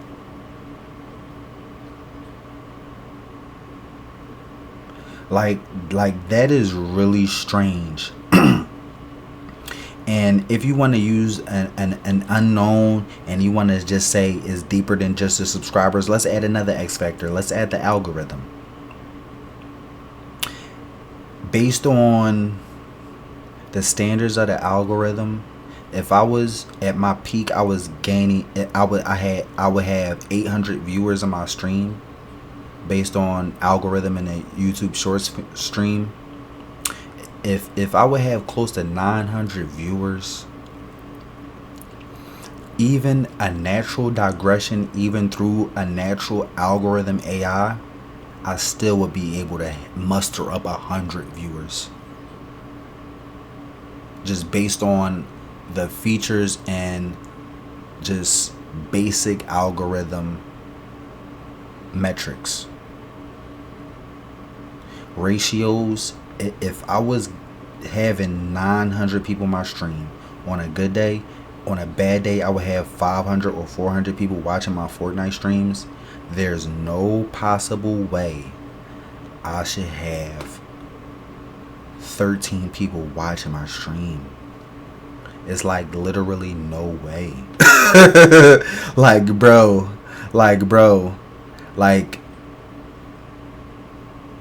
you can't have people just reciting quotes like noob and falling off in conversations like this. We're talking about real numbers, actual math, science, and intelligence. The simple fact that one of those like kids or adults, one of those fucking evil online bulliers being in these rooms when we talking about that shit is a crime. They shouldn't even be here. They not allowed to be here, bro. We talking about some real shit, because you can't be distracted with all that. All that shit is a distraction to distract you. Even when I'm playing a game, if I'm about to win a game and I really need to focus, I see a person in my chat saying nigger like that, bro. That shit really is a distraction, and let it distract you. It will fuck you up. So just staying focused, like, bro, that shit is bad. That's bad. That's not a good look. You go from getting 200,000 views on your stream for 10 hours to just 2 weeks later streaming for the same amount of time and only getting 1,000 views. Like bro, that shit is all orchestrated and manifested, because those 900 viewers, if you would tell me that if those were all bots, bro, I never signed up for that bullshit. If you told me that we're going to give you 900 viewers this week and we're going to make you seem like you just this star, right? We're going to put you in an algorithm and just make it seem like people love you, and we're going to take you out in 2 weeks. And not only are we going to take you out, we're going to diminish your channel to the point where you can never recover, and it's never going to be the same again. You're basically not going to want to ever stream again. It's not like we're going to take what we gave you and let you start from where you started from without like no type of interference or suppression or none of those shady tactics. That's one thing. But you're telling me you're going to implement all these shady tactics and I'm never going to be able to cover. Like, bro, I would have said fuck no. Because at the end of the day, when all that shit is said and done, I'm never going to be able to just do my own thing again. Now I got to just suffer through all these little traps and little suppression AI and all this little shadow ban and all this. Like bro, I can't even upload a video without that shit getting 1 view and 100 hate comments from fucking people calling me fucking monkey. Like bro, that shit don't even make sense. I literally watch my own video at least 5 times. Like, bro, y'all intentionally suppressing the numbers trying to make me look bad. And it's not even that fucking serious. Like, at the end of the day, yes, I can go work a 9-to-5 job, but bro, it's deeper than that. It's deeper than that. Like, why y'all doing all this shit just because I beat y'all at a game of fucking wall ball and fucking in recess? Like, bro, like, chill the fuck out. He would be getting 200 to 300 viewers on a regular Pokemon Unite stream. On a really good stream, he would be getting. Because the thing about that was, that whole era was, When people were saying prom party got Fortnite, prom Tfue, prom party got Tfue, prom party got Fortnite. When my fans say that whole little prom era when I was just cooking, it's like, if that shit was natural, and some people was like, all right, I got school now, I gotta go back to work, it's kind of over for me right now. A natural regression from 900 viewers, 800 viewers, let's just say 700. All right, my average was 500. Let's just say 500 viewers. A natural regression from 500 viewers would be at least like 100 to 200. You would still have at least 100, but bro, they not even giving me that. You have to understand that, bro. They taking my shit all the way down to 12. That's like a 1,000% decrease, bro. It's like, bro, not only is people going back to work, back to school, but they force unsubscribing people from your channel. They not putting it in the algorithm. They not even showing it. They doing more extra shit with it, bro. And it's like, maybe YouTube not solely responsible. Maybe it was because I was beefing with that kid Tanner Panda, and I said he was suffering from like Asian privilege because he kept shaking his ass on stream for subs in front of little kids. But like, bro, if that's the case, that's not fucking hate speech against Asians. That's you being mad I destroyed your man. That's not me coming at Asians, because real hate speech is me offending actual Asian people by the masses. In real time, in real life, that's not no fucking video gamer. Like it would actually be fucking evidence on my channel of Asian people being offended by what I said specifically. But no, it's just this one fucking Asian kid in Oregon who kept acting like a pedophile, shaking his ass on camera in front of little kids, playing a little kids game, and he a grown man, and I called him out for being racist and saying he's a big black monkey and he likes BBC, like disrespecting black people on some derogatory degenerate shit. And then he creates this fucking rumor that I'm like anti-Asian or homophobic and shit. And then like he might have told all his subscribers to like go to his fucking channel and report him and mass flag him, and all you little kids report him and mass flag him. Like, bro, that shit is fucking illegal. That shit not even hate speech. That shit not even a hate crime against no fucking Asians. Because trust me, y'all insulting Asian intelligence when y'all do shit like that. And the whole time, like, real hate crimes against Asians and hate speech against Asians, when you compare it to shit like that, is disrespectful. That's not real hate speech. Real hate speech is, go ask them what real hate speech is against Asians. Me saying this little fucking video gamer is like is like being a pedophile and being racist is not no fucking Asian hate speech. Yeah, me saying he's suffering from Asian privilege, which is really a thing here in America, where Asians have like privilege, and they have a better they have more resources, and they get treated better than black people in our own country. People from Asia get treated better than black Americans in their own country. Like, yes, that does exist, but you can ask any Asian. That's not fucking hate speech. That's not Asian hate speech for real. And if him himself and maybe 2 or 3 of his friends that just so happen to be Asian think that's hate speech, that's okay. But that's not actual anti-Asian hate speech though.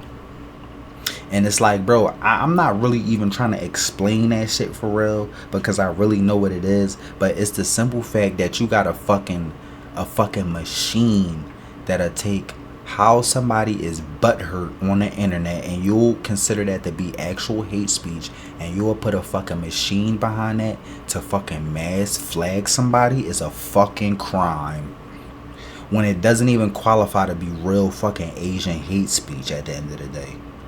It's just like saying, it's just like somebody saying, yo, stop all that gay shit. Like, bro, that's some shit that's solidly known in black culture, that they do that shit with no malice intent towards gay people at all. Like, we've been saying that shit gay for like the last 50 years. We've been doing that shit since the 70s, dog. To the point where people know that shit don't have nothing to do with gay. Like nigga, we can say that shit to a gay person and a gay person to know what we mean. Cause it's so maliceless. It's just like me and my homie, we both black, we both call each other nigga. But if a white person do that shit, it's a malice behind it. Like, because it gives off a certain energy. And people, if you know, you know. If you know, you know. Hate speech towards Asians is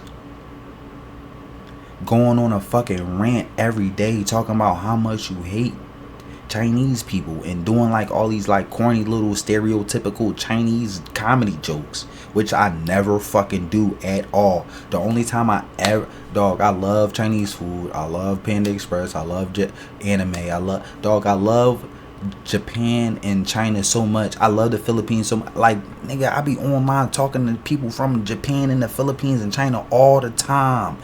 Not one fucking time did they say, yo, stop that. That's fucking anti-Asian hate speech.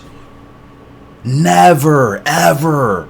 Like, bro, I got girls I like in the Philippines. I got bitches in the Philippines. I got Japanese bitches. I got Chinese bitches. I got homies in Japan. I got homies in China. Offline. And fucking subscribe to my channel. And they be coming to my channel for years. Not one fucking... That's why I'm like, all that shit is fucking bullshit. And I'm sitting up here saying like, oh, did I really say something bad against Asians? Am I really anti? Like, fuck no, I'm not. Like, I'm not. Like, this motherfucking pussy Tanner Panda done fucking did some cult shit and done mass flagged my fucking channel on some nut shit. That's what the fuck it is, and YouTube is enabling that type of shit. YouTube is backing that shit with no type of criminal process. That's why that nigga running for cover. That nigga don't want no smoke from me no more ever. And he got full access to my channel. He can send them all. He can send the bots all over to my channel all over again. I mean, the damage already been done, but I still don't be ducking no smoke from the nigga though. That's the thing. Like, every time somebody bring that nigga name up, that nigga get re-smoked in living color every time. So it's not no fucking scared nigga. Ain't nobody scared of the nigga. It's just like, it's just that fucking mental illness, the fucking narratives going back and forth, and then you fall into the trap, and then you start self-doubt, and then you start believing in lies, like, and then the whole time the whole shit be a whole fucking scam though. The shit be a whole fucking scam. Like, bro, Jinx Michelle, she from the Philippines. Kamo, Pono from Japan. Like, bro, Kanmo is literally my first YouTube best friend. We call each other besties. I just found out she was a girl. Whole time I thought it was a nigga. So the whole time I'm thinking this a Japanese boy for years. Somebody say Japanese, how you, and somebody say Kanmo, how you doing? That shit talking about I'm a woman. I'm like, what? And she, the whole time she from Japan. So just with that being said, do you see what type of relationship I got with Japan? Like, bro, I'm sitting up there thinking my fucking Japanese bestie was a boy for 3 years. And then we was going on year 4. And then she hit me with the I'm a woman joint. And then I'm going to a channel. I mean, I've been going to Combo channel, but I ain't jumped to no conclusions because I respected and I loved the friendship that we had, whether they was a boy or a girl. I just appreciated the fact that they was enamored with me. So I'm enamored right back with them. And then we getting a little bit deeper. We start breaking each other down. We trying to find out the real us. And then we asking certain questions to trying to figure each other out and get to know each other better. And come to find out it's a whole fucking girl. Now, how is that anti-Asian? Stop it. Stop. What you doing? Cooking, flipping, cooking and shit. Man, we cooking, bro. Like, fuck Tanner Panda, bro. The nigga so fake is ridiculous, bro. I called him out on some Asian privilege shit because you get the leeway to do all types of gay shit without nobody checking you and thinking that shit okay. Like, Asian privilege is you being able to get on fucking YouTube and twerk in front of kids and say you like big black cock every 5 seconds and hit this button. If you subscribe, I'll shake my little dirty rump. And if you subscribe, I'll say I like cum or I like BBC every 5 seconds. You like, that's Asian privilege. That is Asian privilege, because we don't have the luxury to get on here and be on some gay shit or some pornographic shit or some suggestive shit and not get locked the fuck up the next day. That's Asian privilege. Having a freedom to enterprise and having a freedom to just blow the fuck up overnight and be is mainly being fucking toxic to black people. That's the whole age. That's Asian privilege too, but it's more than that. It's more than that. But that's too. That too. But like, man, ain't nobody half stepping for that motherfucker. Ain't nobody fucking twinkle toeing for that motherfucker. No, not for typical gamer. Not for Phil. Not for none of these motherfuckers. Ain't nobody scared of these motherfuckers in real life. So this shit gonna be the same online, and that's why they shadow ban me. Because I was fucking dissecting them motherfucker like, bro, you got the nerve to call yourself a Fortnite streamer when you telling kids that look up to you that they gotta pay to play with you, nigga. You not shit, nigga. And then I told the nigga, like, you in here, you talking about, nigga, you the best, nigga. Nigga, you can never compare yourself to me, nigga. Like, motherfucker, you gotta shake your ass in front of little motherfucking kids to get subscribers, nigga. That can never be me, nigga. Like, nigga, you wanna dress like me, nigga. You wanna look like me, nigga. You could never handle as many bitches than me, nigga. I fuck more bitches in 1 year than you did your whole life, nigga. Nigga, I could fuck you, like, nigga, I'm going in on the nigga, cooking the nigga, right? Cause this shit's so easy. Cause he really sauce, he a lick, he a elbow, he done. This shit so chopped. It's like, nigga, do you really want me to keep cooking on you, nigga? I could keep cooking you, nigga, and online and in real life, nigga. You want to come see me, nigga? I choke you out, nigga, with my bare hand type shit. Like, nigga, you know how you get in your bag on a nigga. You know how you get in your bag, get real grimy. It's real treacherous. Like, he ain't never seen this shit coming. Freight train, boom, he done. He smoked, right? So by then, he probably calling YouTube or YouTube see what's going on and say, yo, this nigga getting fried. Like, if we don't stop the nigga now, he gonna turn this shit up and make this shit look like Drake versus Kendrick. So we gotta shadow ban this nigga, and we gonna do it all under the banner of, what's that shit you said, Tony? Yeah, hate speech. Like, bro, that shit so fake. This shit is so fake, my nigga. This shit been fake. This shit treacherously fake, brody. So don't get it all fucked up and twisted like somebody scared of some shit or somebody don't got the right words. Like, nigga, we been smoking you. Nigga, that's how we here. Nigga, we was smoking you so bad from the rip off bat from the start. That's why we here. Cause you was getting fried so hard. And don't sit up here, nigga, talking about some motherfucking anti-Asian, nigga. You couldn't be no far further from the truth, nigga, lying and shit. Nigga, that shit'll get you really fucked up in real life. Cause all my Asian friends say they love me. They sit up here and sing this shit. They said, no, that's not no anti-Asian hate speech. Like, he really a clown for doing that shit. You should have did that shit. Somebody gotta speak up for them kids. Somebody gotta be responsible for them kids. And that motherfucker, of course, stopped doing that shit because we checked him and shit. As we should. And all my fucking Japanese and Asian friends still fucking love me because all that shit was bullshit from the start. Dig me? And that's all we needed for the fucking second round. Bow, bow. And then a nigga getting re-smoked dead or alive. Dig me? Because this shit was never anti-Asian hate speech to begin with. And it wasn't no homophobia involved either. Like, homophobia is sitting on this motherfucker all day talking about how much they fucking hate gay people. Nigga, I get on this joint and be like, God damn, I'm looking good. I could do anything the fuck I want. Nigga, I'm arrogant and cocky. I'm all about myself. What the fuck I gotta keep bringing up gay people for? Like, nigga, ain't nobody that fucking throwed off for no fucking gay people, bro. Like, bro, they the furthest thing on my mind. If anything, I'm trying to let them motherfuckers live their life. As far as I'm concerned, when I bring them up, bro, I'm in the way. If you constantly talking about a homosexual, bro, you can't even let them live their life. You bringing all this light and attention to them, and they already got all these eyes on them, nigga. If you really they homie, you know how much drawn that is, nigga. You drawn, nigga. That shit drawn, nigga. You drawing attention to me for no reason. So for a real nigga like me to get on this app and just keep saying Asians.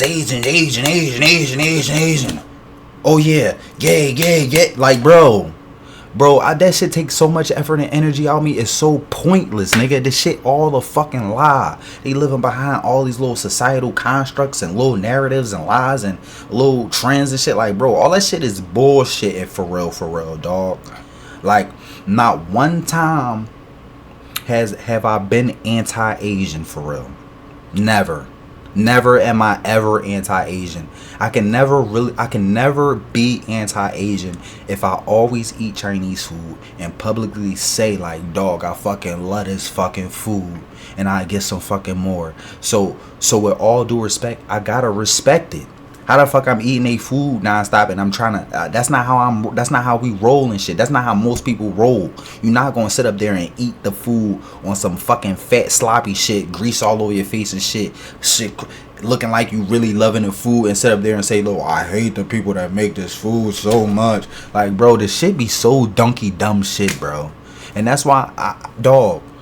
Like, bro, if we don't get the money from this fucking lawsuit, bro, it is really up for them niggas, bro, for even doing that shit, bro. Because it's not so much that they did it, but it's more so that they even thought about trying it. It's disrespectful to me and my best friend Kamo that they would even try and play about some shit like that, dog. Like, that shit is really cornball shit, bro. And that shit kind of cool, because it's like, in reality, nobody really accepts that shit as really being anti-Asian or homophobic.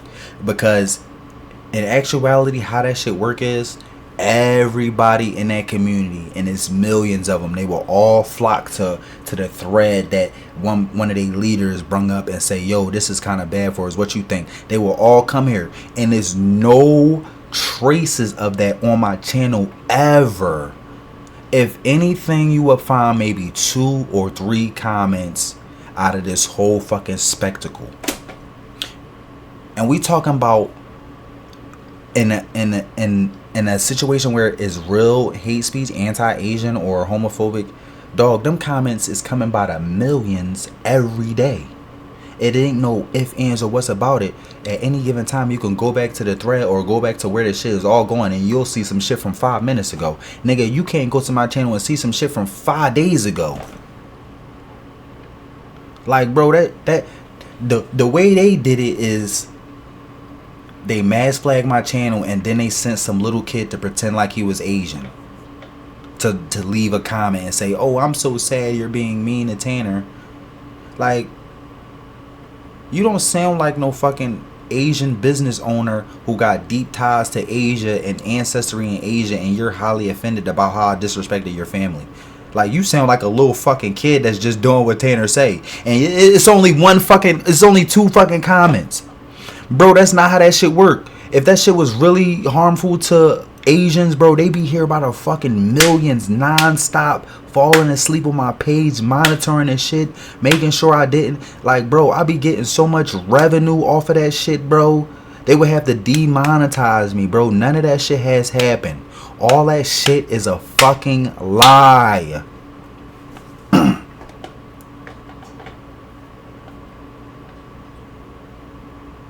That the whole anti-Asian hate speech shit is a lie, and so is the fucking homophobia. It's all a fucking lie. They gonna sit up here and say it's just him. It's just that little pipsqueak ugly little rat Tanner Panda doing that shit. So this only applies to him, because now we know it's just him and his little 1 or 3 minions that really think he's some shit. And then you might have a couple little kids that might look up to him because of Fortnite. But in all actuality, that's probably only 100 people. And if that shit was really hate speech, that shit would be by the millions. So, like, we're not even gonna go there. But as far as the homophobia thing, like, a lot of people are aware of black culture, and we created the whole I think that's gay shit. That shit, they stole that shit from black people. Like, now white people are saying, yo, bro, you're gay for that. Bro, they stole that shit from us. On some college frat room shit, some college white boy had a black friend, and he stole away his black friend, talked, and that shit circulated amongst the masses, and then that shit became a trend. Just like this fucking dance. Just like I don't know how to fucking, you know that moonwalking dance, that should be like this, and then you log on TikTok, and then you see all these Chinese people doing this. You log on to TikTok and see all these white people and all these Asians doing this, right? You would think a fucking Asian made that dance, right? No, it was a fucking black person from New Jersey, right up the street. A person around the corner made that fucking dance, and he could barely get fucking he get 1 million views and shit. But the thing is, in China, the motherfuckers who took his dance, they doing fucking tutorials on the joint, and on the joint it said created and made by me. They ain't even giving credit to him and shit. So people everywhere thinking that these fucking Asian people's made the dance. These white people made the thing is, anybody made the dance but the person who made the dance, which is a black person from New Jersey. If you know, you know. And that should apply across the board. That should apply across the board. I lost my train of thought. Man, I'm fucking cooking these motherfuckers up so bad. 400 to 500 going viral or something like that. But let's dive in. Sorry, Phil.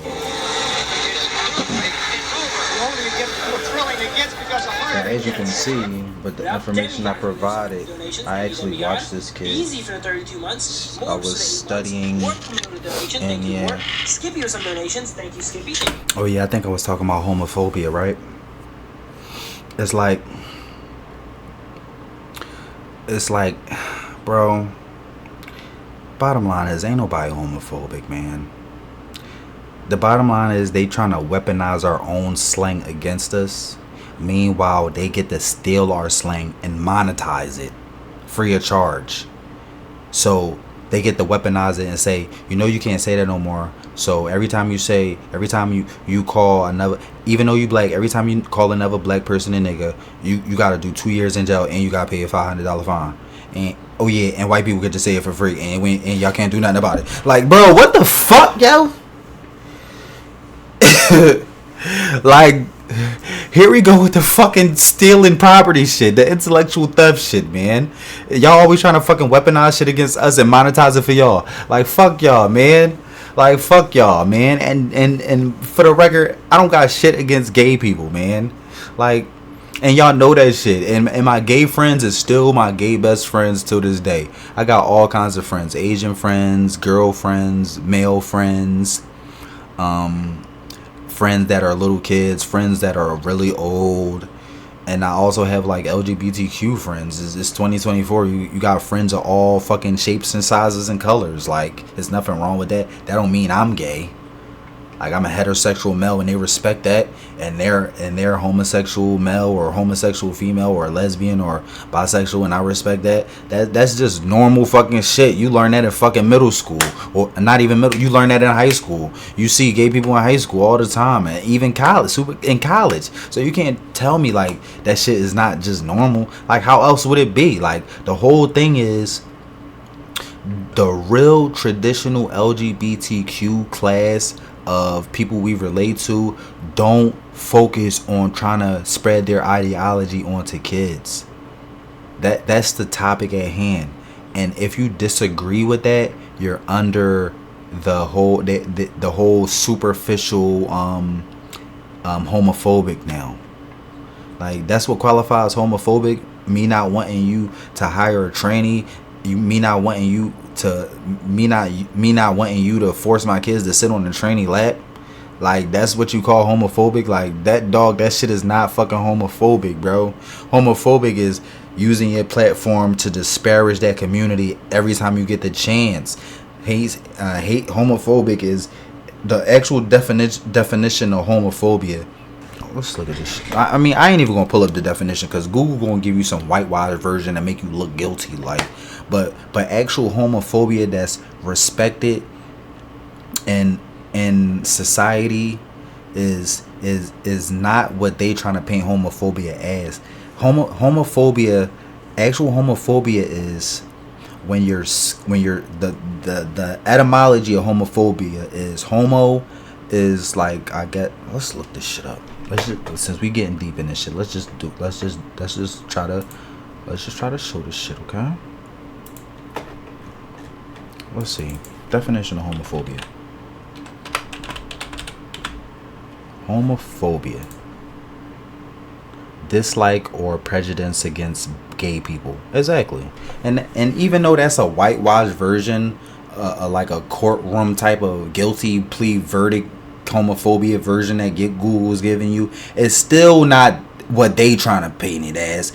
What Tanner Panda is trying to paint homophobia as Me telling him to stop saying he like cum every time somebody subscribe to his channel. That's supposed to be homophobia. I go to his stream. I see kids in his chat room saying, yay, Fortnite, you're so good, you're so good. Hey, I'm 12 years old, can I play? I love your content. These is all fucking kids. There's no reason for you to say, the next kid that subscribed to my channel, I'ma say, I'm about to come. Like, bro, that shit is so fucking inappropriate. Like, and I don't know, bro. I don't know what the fuck he's talking about, bro. I don't know what the fuck he's talking about, bro. Like, to be honest, bro, he said, bro, he's trying to say because I tied my shoes, you're homophobic. Like, what the fuck are you talking about, bro? Because I checked this asshole about fucking doing all types of gay shit on stream, he says I'm homophobic, bro. Yes, I did use the term a little loosely, but not loose enough to be a homophobic. Not loose enough to be a homophobic at all. Because being a homophobic includes using your platform to spread dislike and prejudice against gay people. Which I don't do ever, not one time. At all, not one time. And I have to file a fucking defamation case against Tanner Panda for that. For real. That's where the resources come in. Because if I was that lawyer, that super lawyer that I really am, this motherfucker owe me like 20 bands, if not more, for defamation. Calling me a fucking homophobic. Because not once until after all this shit did I actually call him a pedophile and a racist and all this shit. I was just saying the shit that I saw that I didn't like, that needed to be changed, and notes that what it could be. I never officially called him that shit until after he called me this shit, to be for fucking completely clear. But it's like, bro, these motherfuckers get to put labels on us, and that shit get to stick for free, and they be complete lies, and the shit that we say about them that be the truth, that shit don't even get no type of validation. It's so fucking corkscrewed, bro. It's so fucking corkscrewed to the point where you see the fucking definition on Google, nigga. We on Google Live, nigga. Right here. Dictionary. Homophobia. Dislike of or prejudice against gay people. It's pretty fucking clear. The level of homophobia within sports continues to be a huge issue. Right, even then, they're being able to put these fucking horrendous titles on people, bro. Like, without that shit being completely clear. The only way that the level of homophobia within sports continues to be a huge issue is if somebody is publicly, consistently doing shit against gay people. Not no fucking one-time accident slip-up shit. That shit has to be a characteristic trait. A characteristic trait in them, to the point where when you're getting the evidence to get to substantiate your claims against this shit, you'll find so much of it. Like, but for us, or when they talking about the fucking sports, they probably have find one little clip of him and his homie in a private conversation talking about, nigga, you gay for that, nigga, like, chill, and nigga, you gay for that, and he's trying to say like I hate gay people. Like, that's some shit that already got his conceived notions already. Like, they coming from a place of, they got their own meaning and culture behind that shit. Like, you trying to define some shit got a whole nother meaning for them. So that's not good evidence. That's not real evidence. Like, homophobic don't apply to that. To black people saying that you gay for that, and then the whole time is like, they'd give us 100 years in jail for us talking about having conversations from some traditional shit from the 80s, like before the whole homophobia thing was a thing, and then they go and use that shit against P. Diddy, and then every white boy in the country get to say no Diddy, and do we get to say they homophobic? No, at all. And that's the real fucked up part about that shit, Tanner Panda. And that's why yo, man, you better hope this shit calm down. Because smack dab in the center of all this shit, bro. They done hit Diddy with all this type of baby oil and gay shit, and now everybody talking about BBC this, gay this, and then everybody on some homophobic shit online, like really drawing just Diddy this, Diddy that all the time till it reached the point of real homophobia. I sit up there and me and my homie just saying like on some regular shit, like inside joke shit, but this shit from the 80s, so this shit don't really got nothing to do with that type of shit y'all talking about gay. We just saying somebody on some weird shit. And like on even a better example, my homie could be a gay person, but because he black, it's a different set of rules. So if my homie is black and he gay, and we both homies, we grew up together, and he just by chance he happened to be gay now, and that's cool, and I respect it, and I'm like nigga, don't do that shit gay, and he be like, ha, that's funny. He it's not even fucking malicious. It's not even fucking malicious. It don't even got a whole nother meaning. Like when we say it, the maliciousness is completely gone. Like when we around somebody who's gay and we know that shit, that's the type of shit that offend them, we don't even say it, bro. We don't even bring that shit up, bro. Like the most we say is like something is gay or something, cause it's like we heterosexuals and we not with that shit, or that shit, or it ain't even gotta be gay. It could be some weird shit, and we'll just say it just like on some joking shit. Yeah, maybe we shouldn't say it now, but like we the only people that really is allowed to say it, cause we say it with no malice. And even if y'all don't want us to say it at the rate we say it, it's not homophobia. We might say it like once or twice a year.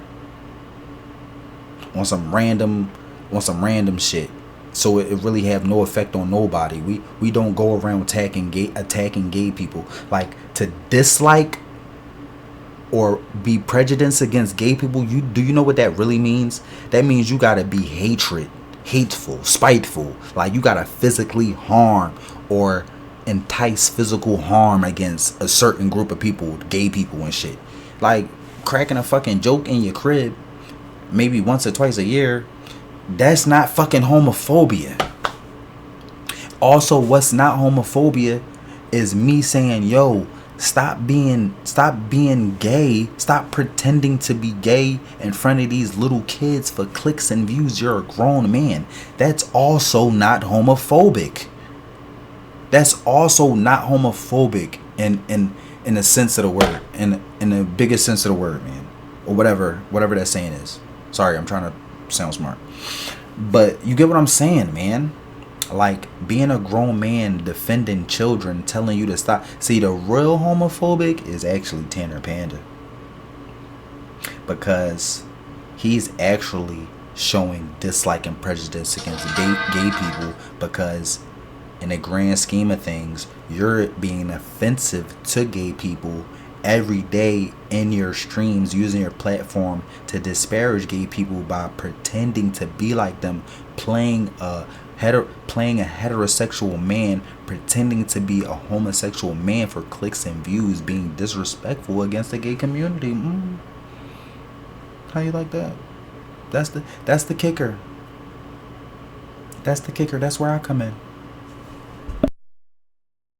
That's the kicker. That's the kicker. That's the plot twist. The actual homophobic is the one calling me the homophobic, because he's pretending to be gay for clicks and views, making fun of gay people. You using gay stereotypes, gay tropes for clicks and views. Because in a gay community, it's not respectful to pretend to be gay for entertainment. And in a gay community, it's even worse if you're pretending to be gay for clicks and views in front of little kids. Did you know that, Tanner?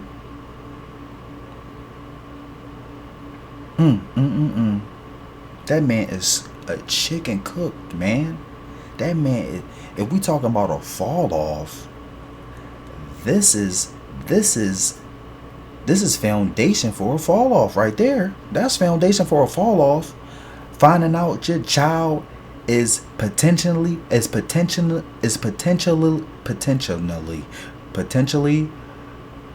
a fucking borderline pedophile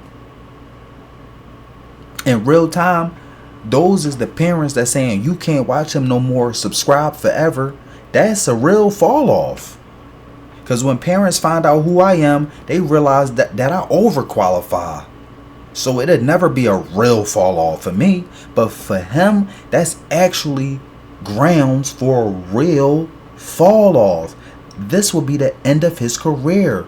Because unlike other things, once adults find out that you've been being suggestive to children, that's something that can never be saved. I don't want to hear no excuse that he's a little kid, because the whole thing is he's not. He's a grown man. He's above 18. And who knows his age? I don't know. Let's just say he's 17. That shit's still not cool. Let's just say we don't know his age and we just going by the way he look. He looks 17. It's still not fucking cool. It might not be as bad. But nigga, we done found out you 20 something. Like, when did it register in your mind to be like, yo, it's certain shit I can't do, especially with children? When do that ever click in your brain? When you 23, 24, 25, or 25 is too soon, 26. Like, nigga, the cutoff date is before you even supposed to know, nigga. The cutoff date is 12 years old, because you can't take no chances. That's how grown men stand on business. Even when before you a grown man, you start doing grown man shit. Just to be safe. But see, he don't got no father figure type shit. His fucking mental all fucked up. And then you got the dickhead idiot US government saying, yo, we need this, because if he go up against this titan of a op in the black community, he's going to get shattered like X-Men, the mutants. He's going to be like Malcolm X, the X-Men. Like Malcolm X created the X-Men. So, and Kendrick Lamar just fucking destroyed Drake. Like, we don't need another fucking L. So for the sake of the Asian YouTube community, we can't do this L. Like, bro, like, it's not even you making it seem like that. It's not even the whole Asian YouTube community. It's just that one fucking kid. Like, relax. Like, just hold that L. It's not the biggest. It's not the big L that you think it is. It's just that one little L. Y'all making it a big L because y'all trying to engulf the Asian community in the LGBT community, but in reality they not fucking with that shit, bro. That's just another fucking psyop they not fucking with. That's why Kamala Harris lost the election, because y'all keep trying to pull these little charades and these little gimmicks and these little switcheroony, flip the script shit, put the head on the bottom. That shit not working. It's dickhead shit. Like, bro, they fucking cooked, bro. They really cooked, dog. Like, bro, no cocky shit, but bro, when gay people, when the LGBT community see me, when they see Pop Smoke, when they see Tupac, when they see Kobe Bryant, when they see us, bro, they get starstruck. They fucking love us, and we not the type of people that'll take that shit for granted. So it's love there. It's real love there.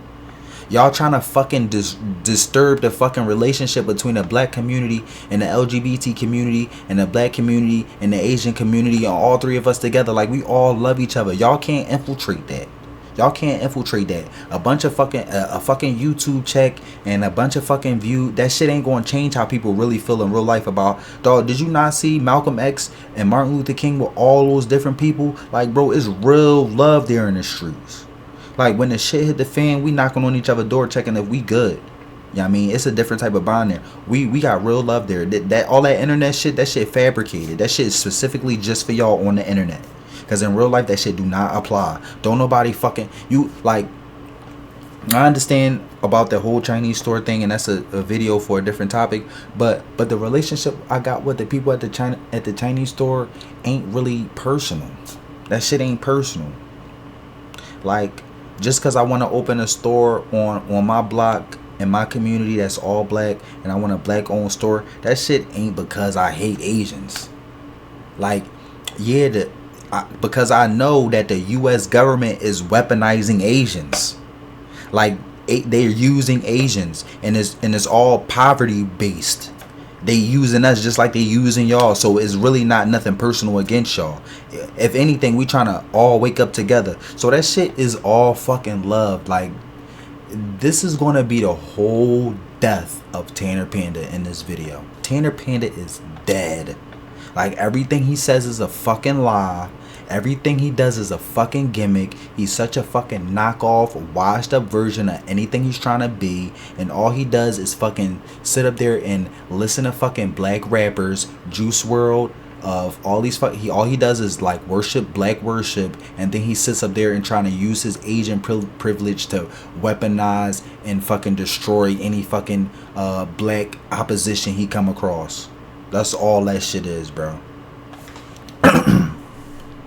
He really not real. He don't really got no real friends. Cause if he truly had real black friends, he would understand how much damage he doing by doing little shit like that. But it's not even that. It's really Tanner Panda, and sometimes I'm not giving Tanner Panda no fucking pass. But if I do give him a pass, it would be for this. It's not that Tanner Panda is calling me a homophobic or fucking or anti-Asian, or that he told people to come flag my channel. It's that YouTube allow him to do that shit, bro. And then they got a whole department and a whole fucking machine just to help and assist with these specific situations. It's like, bro, that's the disgusting part.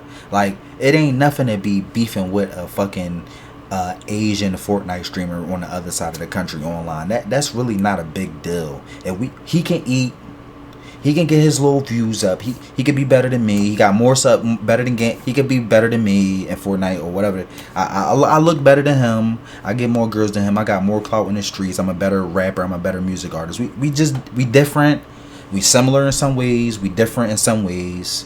And even if by the grace of God he wasn't saying monkey this and monkey that and black person this and BBC that, if he wasn't so like passive aggressively racist, we probably would have worked together. We could have been friends. I mean, but the pedophile shit, I mean the whole shaking the ass shit on stream and twerking for kids, like, it's so fucking bad for him, dog. It's so fucking bad for him. Like I said, you want to give him a pass in certain things, but at the end of the day, you can't get this motherfucker nothing. You can't give him no pass. Because he's so fucking brain rot. The whole situation over there is so icky. You can't get close to it. It's like a fucking parasite. It's a contamination. Trust me, you don't want to get close. Because if that shit infect you, that shit ass, you done for. So it's like, bro, you know, fuck Tanner Panda. And it's kind of sad to say, but at the same time, you have to say it. You can't even be sad about it.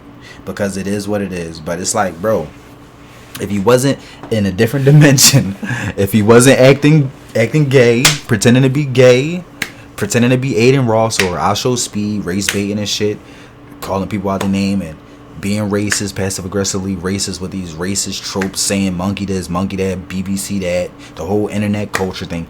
If he was just a normal person that just played Fortnite and just enjoyed the experience of the game, the life and the moment he's in growing up, he's just taking life on as a young man, just trying to, you know, maybe go viral or get some money. Maybe this could be a career. I would be working with him right now. He would be like one of my best friends. Like, and he would be like, I would be like I said, like we met from me scouting talent online, and I came across his channel as being a Fortnite. Like, I'm scouting, like a scouting agent, like a scouting talent. I'm online recruiting new talent. So I run into him and I introduce myself. I found him, I discovered him and put him on, and he instantly fell in love with me and couldn't get enough of me, and that's how that unfolded. So it's like, bro, all that shit is fucking bullshit. It's such a lie. How long I've been live for? I mean, I'm not even live though. I'm just recording this video. But where the fuck was I and shit? Let me see, man. Yeah, We don't even need to talk about Tanner Panda no more. That shit is done.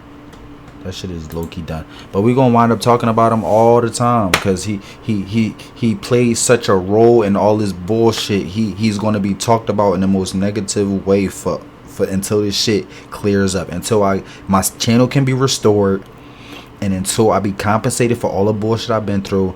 His name is gonna get dragged through the mud in the streets to the point where he can't leave his initial area.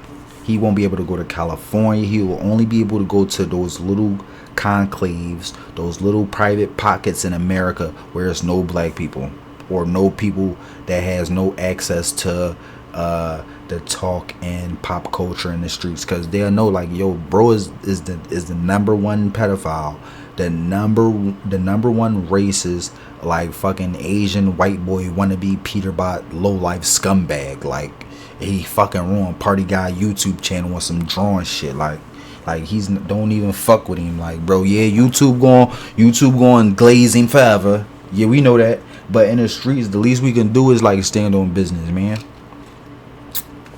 Cause he a clown for that shit. He a clown for being a pioneer that YouTube used to fucking shadow ban my channel. You always gonna be known for that. Like, that shit is so weird. You is now known as somebody we might really had to. He a op. He wanted to be a op. You know what a op is? Like, bro, it ain't no you a op, I'm a op, this the op song. Yeah, I'm trying to be like Chicago. Like, no, dog. You know why people call people ops in Chicago for real? Cause them niggas trying to kill them niggas, dog. Like, bro, niggas trying to kill them niggas, bro. Like, your heart stop beating, you lose consciousness, fade away to heaven. That type of get smoked shit. Like, not just a song, nigga. Like, what them songs be really rapping about, what happened in the streets. Like, bro, you want to turn into a fucking song lyric for real? You trying to be a rapper? Like, bro, you gonna really fucking live a tale of a rapper. You gonna fucking get smoked by a rapper and somebody gonna make a song about it, my nigga. Like, bro, you really want that? Then fuck it. So 70 people watching, okay? And the numbers can just represent themselves, because in a normal world that shit doesn't apply to real people. Just because one of your favorite streamers plays a different game one day, you would say, okay, that's the green light, they hate this kid and I'm gonna unsubscribe and never come back there again. That's what YouTube promotes. That YouTube says if you play Fortnite, and then you switch up and play Call of Duty, everybody has every right to unsubscribe to your channel and never come back. That's like a whole myth. That's not what normal people do. But that's a narrative they push on YouTube. They lie on YouTube and say people do that because the numbers will speak for themselves, right? So here, that fucking myth is so shady, dude. Cause what they trying to say is, throughout all that, your mom might subscribe, your sister might subscribe, and all your family members might subscribe, and they might be coming to your channel now for faithful supporters. And then one day everybody just going, even them. That's what YouTube is trying to say. Like, bro, that shit.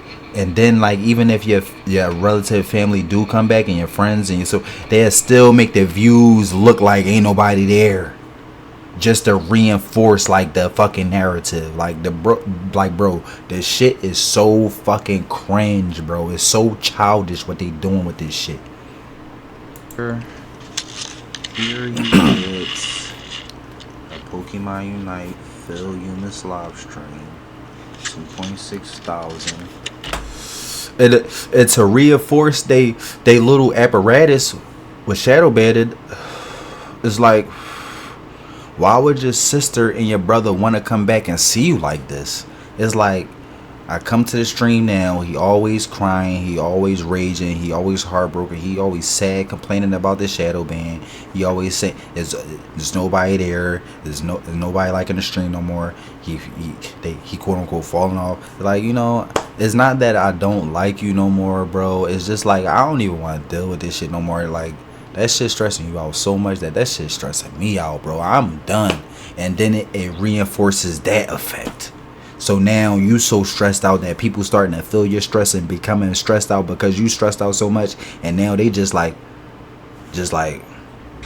and then the next day they be like, at least such and such coming back, and they just not there.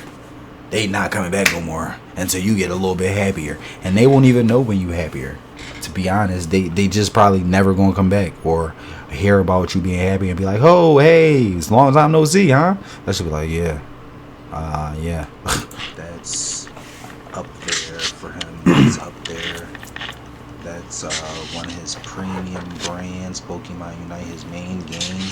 And then he switches up to Nuzlocke, which is a different variety of a Pokemon game, but it's enough to distort his audience, because as you can see, it's only 464 views. It might be a little exaggerated. Okay, so on his main content, he getting 3.8 thousand views, right? But when he switch up, he get 464 views. Okay, it's a fraction, right? It's a visual fraction. But see, what y'all not getting is the problem is when I go back to a stream that's supposed to get 3.8 thousand views, that bitch sticking at 400 and going lower and lower and lower. But for him, what we have to understand is he's going back to 3.8 thousand instead of sticking at 464 and going lower every time. Even if he going back to the original game, it's just once you switch up, it's like a switch. Like that shit only applies to certain people like me and fucking Tariq Nasheed, or even big fucking streamers with 1 million subscribers that's black, or they don't even gotta be black. If they get in shadow banned, that shit happening to them. It could be white people on this app, or Asian people, or gay people that YouTube don't like, and it could, and it's possibly not even if YouTube like them or not. If somebody has the technology or the secret that, like DJ Academics, he know how to like mass flag properly. If somebody know the secret how to mass flag properly, and they mass flag you, or maybe if YouTube just really be looking at this shit and reading this shit on some personal shit, and they saying this Asian person is reporting this black person, and they feel personal about it, and then they just turn on the shadow ban, bro, that shit is a machine. That shit is still illegal, because they only doing that shit to certain people. That shit don't apply to all people, and that's not how you supposed to properly. That's not due process. That's not how you supposed to process a report or a flag. You're not supposed to be able to mass flag somebody, and that shit's supposed to be able to get results. If that's the case, whoever got the secret to mass flagging somebody, they can just mass flag anybody they want to, and they can get anybody shadow banned that don't even deserve it. Just somebody you don't like the way somebody look, or what they said on some gossip shit, on some in your feelings shit, on some emotional shit. Like, bro, that's not business. That's not business. Like, that's not how business is processed, bro. Like, you have to have real substantial claims, and you have to have the same claim for multiple accounts, man, and that shit has to be read thoroughly over and over and over again, and then you have to issue a response to the person they alleging these allegations against. Like, they would have to tell me, like, yo, you're being mass flagged and you're being mass reported. Can you please give us your side of the story before we shadow ban you? And since we're going to shadow ban you, we recommend that you start a new YouTube channel and stop doing it. And like, you see the professionalism, the level of that's how you conduct business. And YouTube fits that category because they're profiting billions of dollars as a business. And they using little unethical, shady practices in a professional business, which is illegal in America. That's not free enterprise. That's exploitation. Using shady practices to capitalize on exploitation. But ironically, this would be the same thing for somebody playing Apex Legends, and then they would play like Minecraft. it would be like the same kind of variation. So you can kind of apply this. Unfortunately for Phil, he's kind of playing the same game, but online, your audience definitely dissipates. And you know he's still doing good. Actually, he's still doing good. As you can see, it's just different. His main audience is here, 3.8 thousand. That's Pokemon Unite, right? That's Pocket. So it's kind of fluctuating, right? But as you can see, it's not just a complete drop off, right?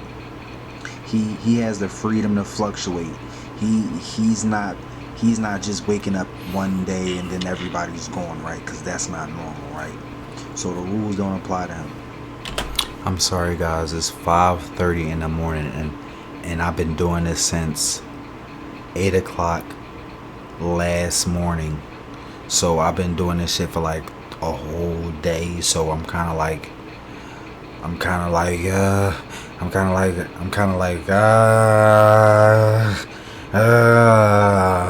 I had a shot of Hennessy, but it ain't really kicking, and who knows, and I got the Doja, got the Dose, but like, it's not more so the fucking Henny and the drugs like y'all, like certain people is trying to pick up your bootstraps, lace your boots up and get back to work. Lazy bum, no, that's not it. I've been working on this assignment, this project, this docu-series for 20 hours straight, no sleep.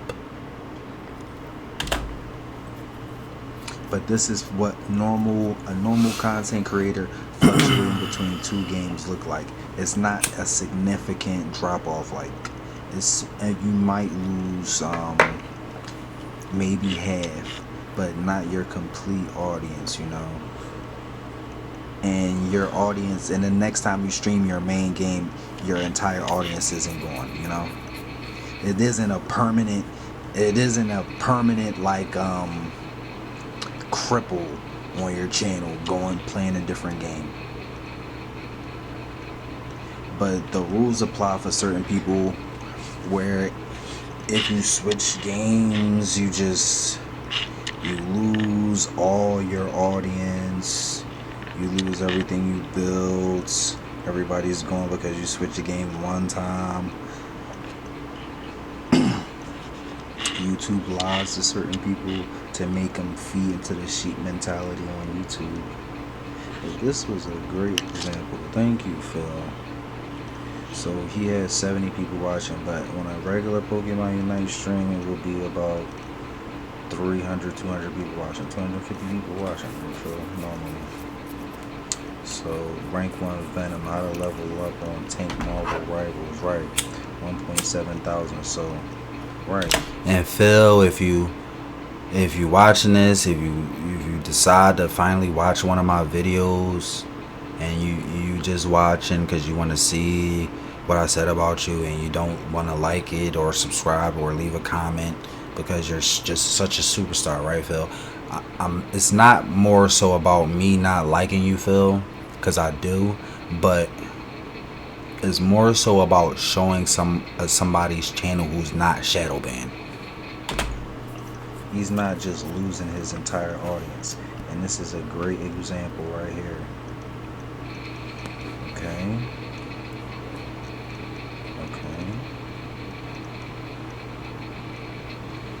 Team YouTube rank 1 point of view. Pokemon Unite 6,000 views. Because for example, with his channel, on like a big day when it's a tournament and a lot of people are online and attracted to the event, his channel has the freedom to go viral and get picked up in the algorithm because of all the traffic, because of the special event or the tournament or something. So instead of getting 3.7 thousand views that day, he'll get like 10,000 and a bunch of new subscribers and maybe some super chats, some money, and a whole new a big burst of growth in his channel, right? Which every YouTube is very aware of. That's why gossip YouTubers make videos soon as Kendrick album drop, because of timing. And that's why Phil would stream his take on a tournament that it's a big tournament that the big Pokemon Unite people are doing, and he'll get some of the strays, and and the strays will be so fucking good. You won't know they strays from the big stream, but people are coming from the big stream, and then they'll see him in the related videos, and then they'll come to him, and he'll pick up some new growth, right? But see, my channel after the shadow ban, even if I got perfect timing after a Kendrick album, or for me Fortnite, if it's the first day of the season or it's a big event, and typical gamer is getting, instead of 10,000 viewers, he getting like 100,000 viewers, and everybody, even the little streamers, is getting some of the strays. Me, I'ma lose subscribers and no growth and no money, and my stream is not going to even get one stray. My channel is getting so suppressed, even when it's a day of amazingly high traffic and more subscriber counts. Just naturally, just be around me and you gonna get some money and shit type shit. And even if I put in the keywords and I do everything that I needed to do, and even if I do all the strategies I did on one of the videos I did before that got viral off a viral day or from an event or something, if I do it now after the shadow ban, you know what'll happen, bro? I won't even catch one stray, to the point where I won't catch no strays, to the point it'll just be another shadow ban day where they're using their shadow ban technique to suppress and make me lose all types of shit. And it's going from like me being excited to it being a big day, and this is what we've been waiting for, and let's see what happened, and this could change your life, to you just, this is the same shit that happened yesterday. You just losing subscribers, they fucking with your viewership so low, and then you got 100,000 subscribers, and then you see a little streamer that's possibly not shadow banned, he got like 2,000 subscribers, and the most viewers he would get would be like 20 or 30, maybe like 10 or 20, and now he got like 100 people in the stream. On that day, he gained so many subscribers, and that shit changed his whole platform. And then the next day, instead of 10 or 20 from that viral day, and he had 100 people watching, now he getting like 50. Now he getting like 40, 50 on the average. It helped this channel and shit. But for me being shadow banned, bro, that shit it just is so bad that if I do a fucking viral event on that day, that shit can have me on here for 10 hours just to lose all my subs and all my views, and just have a shitty ass stream. Maybe I could possibly have the worst stream of that week on that day, just simply because, just to kick me in the ass and show me who's boss type shit. Just cause you thought you was going to try to get back, and no, nigga, we still on you 24 hours a day, nigga, we still on you. It's one of those type joints, right? Minecraft's logo, Minecraft, 677 views. You see the difference now, right? You see that difference? How, okay, his audience is seeing Phil play Pokemon Unite tournament, cool, something cool to be there. Okay, and then a couple days later, he decides to play Minecraft. Okay, yeah, that's what's up. I guess I got something to do, and I'll just miss that stream and go back to the next Pokemon Unite stream Phil do, and then his audience returns. It's like, for me, that would be like, okay, he's playing Minecraft, I'm never coming back to his channel ever again, right? You see how odd that feels? That seems so strange, right? And we're going to gather further evidence on this. We're going to gather further evidence on this because I see my vision, and I see what I'm talking about. Some people may require more. That could be time wasteism, game playing. You don't see what's going on here. This channel has the freedom to play different games and not lose their entire audience, and some streamers don't. And the only way we can get justice for corruption like this is if, the people that aren't affected by this can see what we're talking about and, bring some mainstream light to it. Or, so many options. The people that have been affected by this can fight for it. And that's what I'm doing. And it's a lot of different things. Of course, I'm going to try them all, but you never know. They can all not work. But this is me gathering evidence online about the injustices and the crimes committed online by various shadow organizations and various corrupt enterprises, corporations online. This shit seemed a little suspect. I'm not gonna lie, I don't really know bro like that. But just based off justice and human empathy and caring for your brother, this motherfucker looks shadow banned, dog. Yeah, that's Vibrator Games. He like up and coming. He was like the next like wave of he was like our little predecessor. I ain't really know him that much. I don't really know him like that, but just speaking highly of him, like he would fit that mold. He would be like the next Lone Wolf Games or Lone Wolf Fortnite. But Lone Wolf Fortnite is so good. But Vibrator Games isn't bad. He's not the greatest. He's not Boogie, but he's not bad. Like he deserves like he can get 1 million subscribers because he's better than a typical gamer at Fortnite. I mean, if you going just based off skill, what qualifies him to get millions of subscribers, he can definitely work with that. But I watched this kid like a couple weeks ago, and he was just exploding. So I'm like, oh yeah, he good to go. I'm like, Vibrator Games, who that kid? He's good at Fortnite.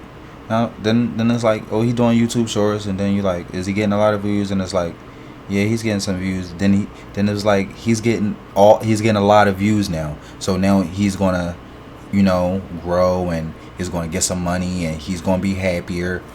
And then I seen him buy a new computer. And then he made a video about it, and I'm not sure if he took a break or something, but when I say like his channel looks like really fucked up, I think he getting shadow banned because like a week ago I went to one of his like peak streams, and like he was playing Fortnite, and I think that was like before he did a different type of video. And it's like, bro, what I'm explaining is what they trying to do to his channel. It's like he don't really deserve that. Like he didn't do like a drastic something really I don't even think he said anything about anybody. I'm not even sure if he got caught up in the whole internet thing, beefing with somebody, and somebody mass flagged his channel. I'm not sure if that happened to him either.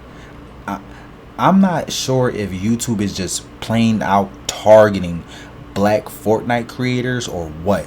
But when I came back to his channel after like a couple days, bro, it was literally like 3 people viewing that joint with like 4 or 5 likes tops, bro. After like a fucking couple of fucking days. Like when I went to his stream a couple weeks ago when he was like prime and just cooking and shit, it was like hundreds of people in there. Then it was like 200 people in there. I'm like, yo, this shit gonna hit 300. Then it was like 300 some people in there. Then I just left and had to do something, and then I came back the next day and it was like 100 people in there. Then I just was like doing shit and got preoccupied with my own streaming, and I came back to check on them and say what's up, and it was like fucking 4 people watching the stream with like 5 fucking likes after like fucking 3 or after like 4 after like 2 or 3 fucking hours. And bro, like when he was cooking, like he would get like 500 likes in like the first fucking hour. So I'm like, what is really going to fuck on? And then I'm like checking to see if he did anything, and like everything just looks so like fucking staged and scheduled normal life shit. So I'm like, just based on that, like I don't see anything that'll make him say like, by the way, I hate white people and I hate Asian people and I just hate gay people, like going on a fucking tyrant about how he hate people. And I checked to see if that happened, and that shit, like, it wasn't there. And I'm like, what the fuck happened here? And this is like a really strange case for me. So I kind of like started getting evidence. Maybe I can bring this to his attention. Maybe I can interview him and see what's going on. Maybe he can tell me like some hidden truth that he really did say some like hateful things towards somebody, or maybe he took a vacation for like 2 weeks or something. But even if he took a vacation for 2 weeks, I seen streamers take vacations and the fall off, and it's not, I don't want to say fall off, but the ratio isn't even this fucking bad. Like, bro, he went from gaining hundreds of fucking subscribers a stream to not gaining anything all over again. Like, they just ripped him out the algorithm for no reason. It's like, this is what I'm talking about, bro. Like, and if you want to call me money hungry and greedy, this is where that shit stops, because I'm concerned for a whole nother person. I'm concerned about a whole nother person. That shit, it helps my case, but in the long run, this is a problem that he really need to work, need to ask questions about. Because, like, why would YouTube do that to him? And if that's the case, that this shit was like forged and fabricated, like, he didn't ask for that shit. They didn't brief him about what would happen for this little 5 minutes of fame. Like, bro, it ain't that serious. We had just grind this shit out and we had just work our way up. Like, if the fucking trade-off is you being able to fucking shadow ban this, bro, no. And bro, like, y'all gotta see this kid Vibe Gator Games. Is like, bro, I don't want to put him on blast, but like, bro, if anybody can do something to help people like this, bro, do it. Cause, like, bro, I can only imagine. And this is where it get real deep, cause I didn't even think about this, but can you imagine like the type of mental stress this shit has caused now for him? And I seen him a couple days ago, and it's like he get on stream, he's still keeping up the high energy like nothing ever happened. Even though I know he see what I see, and I know people is saying the things, and it's just like, yeah, I don't care, but I know it's fucking killing him. Because he just bought a new computer just for Fortnite. He was ready to turn up, and it's like, this happened. It's like, bro, the U.S. government has to make sure these businesses tell people these little practices you have to do. Like, if he knew that you wasn't supposed to buy a new computer and take a break from the game, or maybe he didn't even take a fucking break from the game, maybe he just posted a different video about him and his new computer, or like, bro, they trying to say that, they trying to make it seem like because he bought that new computer and he getting a little bit of money and he dropped the IRL video, he switched up his content just enough for everybody to leave him. Like, bro, what? I remember when this motherfucker Vibe Gator Games used to be getting like 50, 60, damn near 100 something people watching the stream. Now he got one. What the fuck did he do? You know what? I keep saying this shit and I keep giving him the benefit of the doubt, but even though he might not fit the he might not fit the fucking criteria, but this motherfucker probably says something against white people, standing up for black people, low key.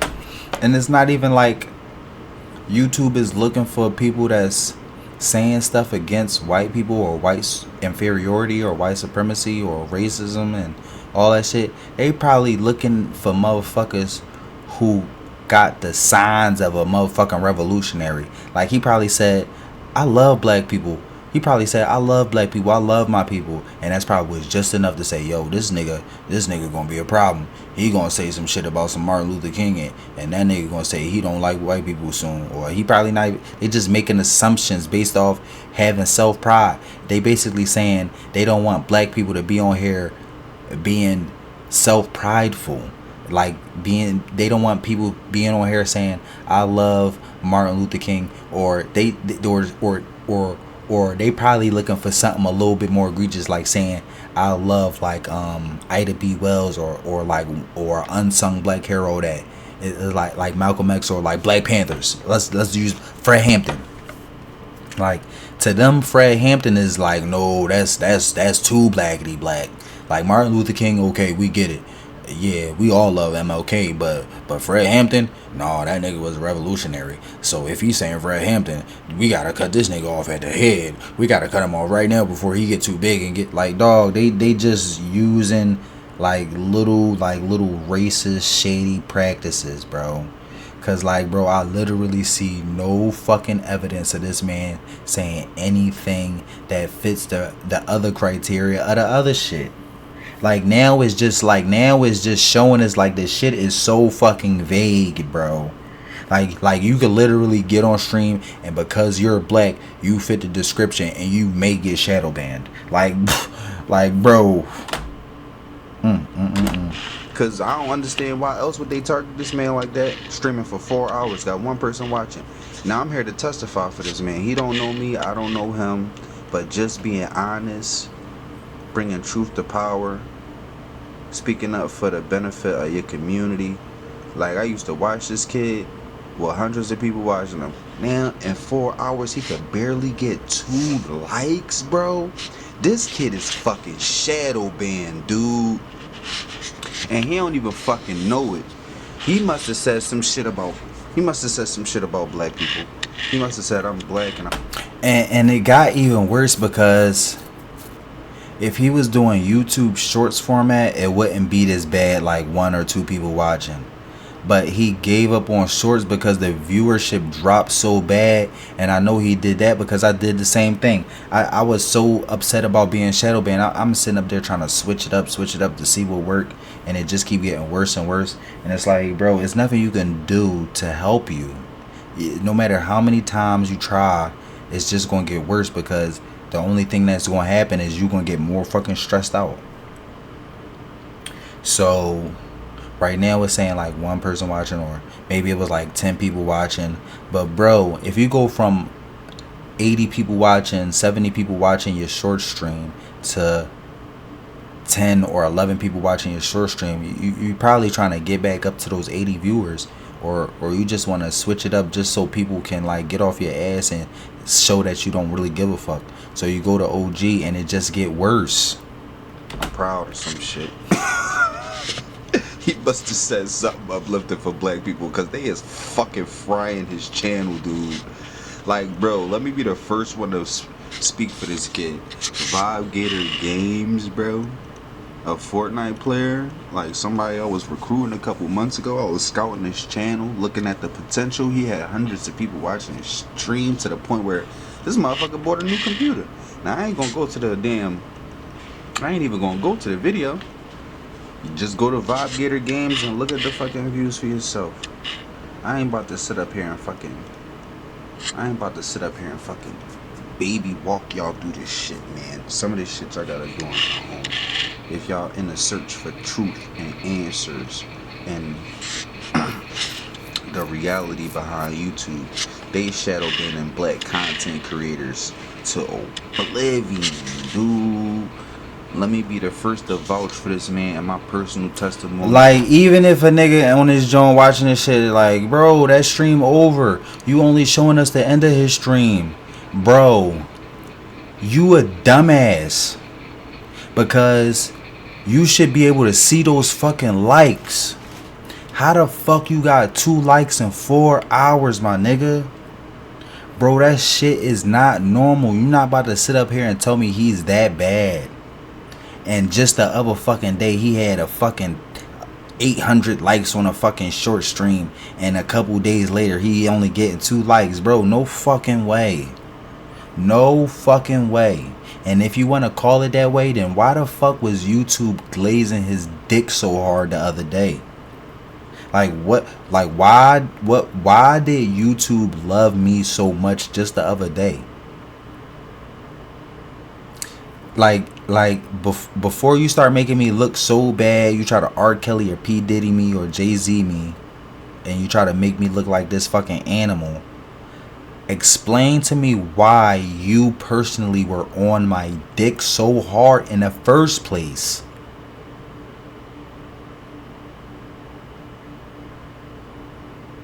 YouTube, can you tell me why y'all was glazing me and Vibe Gators so hard?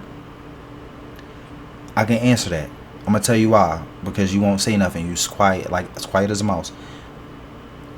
I'm gonna tell you why you was glazing us. Because one, we actually had what it took, and we earned our spot in the algorithm and all that growth. Two, because we got on your radar, and now you see how much of a threat we are to your circle and our competitors and your friends. And three, you shadow banned us, man. Because based off the first reason, if we had what it took and we worked hard to get where we were,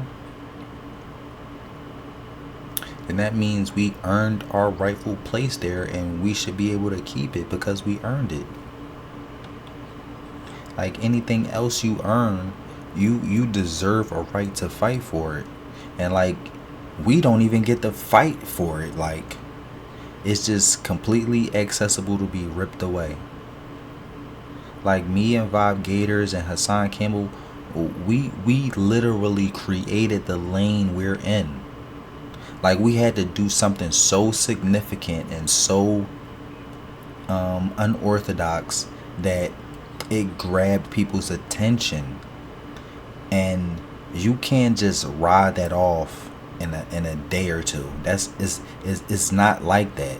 Like, the unorthodox style of work ethic that we put in to grab that part of the algorithm that we carved out for ourselves, that part of the algorithm is now carved out specifically and solely for us. You can't do that to a person that created the lane. You can't replace a person with somebody close to what they doing and take the person who created it out of it completely. You won't even like make a ranking system and put them at second place now. Like, they went from creating a lane and carving it out and becoming first in that lane on a world aspect, maybe in the top 100, and out of that first place locally, you just completely take them out of the complete top 20 and replace just some random anybody and say that's the new party guy, and he don't even do what I do. They don't even do what I do. They just do regular shit, just the next fucking typical person, right? Typical gamer, man. They just the next fucking typical, like, bro, I rap on stream. I got beats.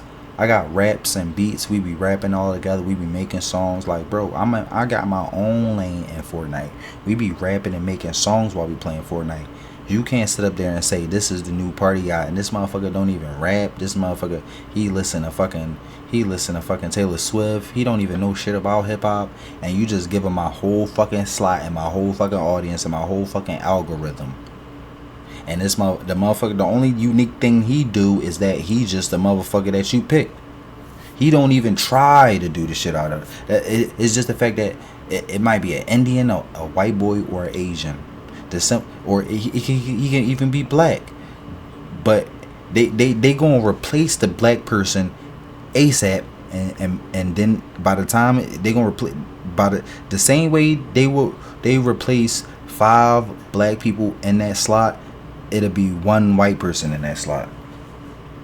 In any other circumstances, because that in any other circumstances they'll let that person earn, they'll let that person fight for the spot that they rightfully earned and give them a chance to defend it. And even if they lose it, it won't be a drastic loss. They'll just make the ranking go from 1 to 2. So that way it'll be a natural digression, and they won't just completely lose their fucking mind and just lose everything they work for. And then it won't look like no shady practices. It could be rationalized and investigated that it's not no shady practices going on. All he did was maybe lose like 5 or 10 viewers, and then you can see who replaced you at number 1, and then y'all can fight it out for the top slot, and then y'all can maybe be friends. That's how you're supposed to conduct the process. But with us, they just take us completely out of number 2. They take us from number 1. They take us out of number 2. They take us out of number 3. Not number 4. Not a number 5. Not a 6, 7, or 8, or 9, or 10. And then you go to look at the top 20, and you're not in none of it. You're completely out of it.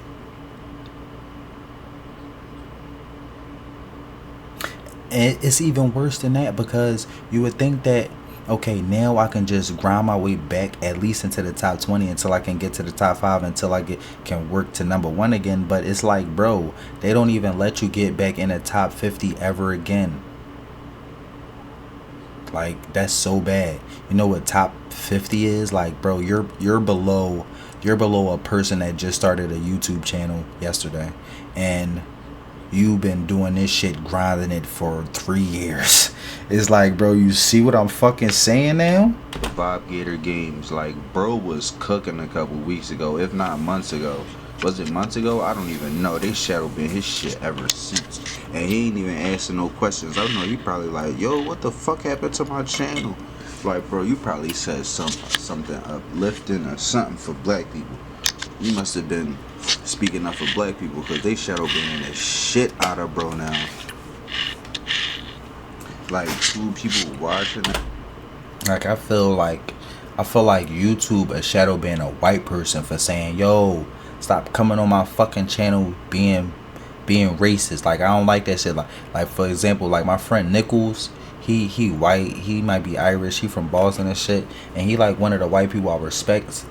And it's mainly because, like, I went to a stream one time and somebody was trying to say the N-word, and he was like, yo, cut that shit the fuck out, bro. He was like, yo, I ain't with all that shit. Like, he was cursing him the fuck out. And then I realized, like, yo, I got a whole new respect for bro. And he's one of the white YouTubers that I love, and I love Nichols and shit. Like, I fuck with him and shit. But I think they shadow banning Nichols for the simple fact that he don't go for the bullshit. And that's crazy, right? Like, that's what I'm saying. This whole censorship is an American problem, bro. Everybody is affected. Like, bro, these motherfucking, these Google's motherfuckers, these YouTube motherfuckers, they have banned a white person for having a black friend, and they won't let other white people come on their platform and say the N-word.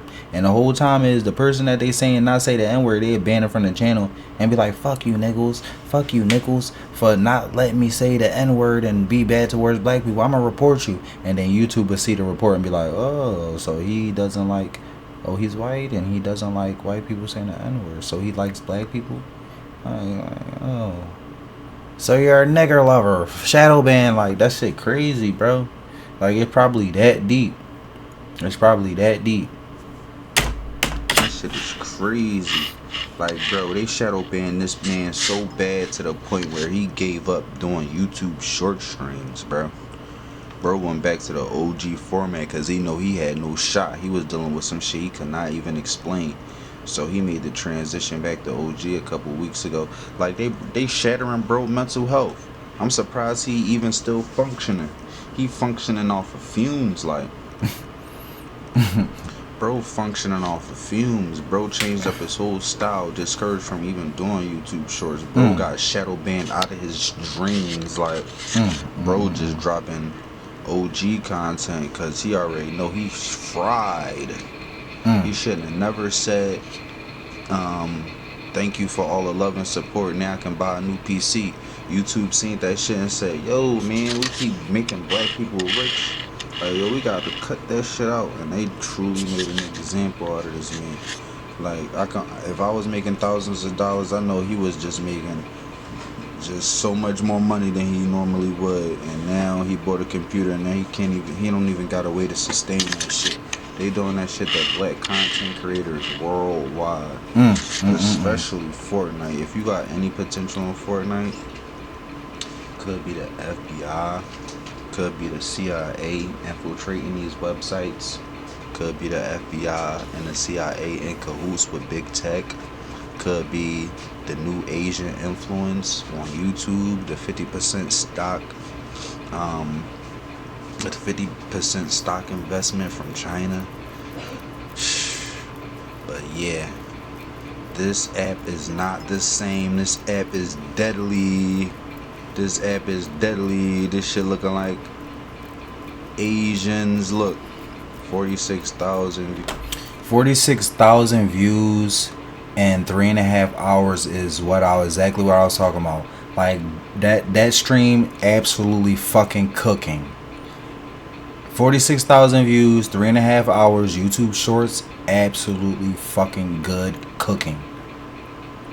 And then you go from 46,000 views 2 months ago to having 33 views, man. That shit not even normal. Like, out of those 46,000 views, out of those 500, 600 viewers, you trying to tell me that only 38 of them stayed?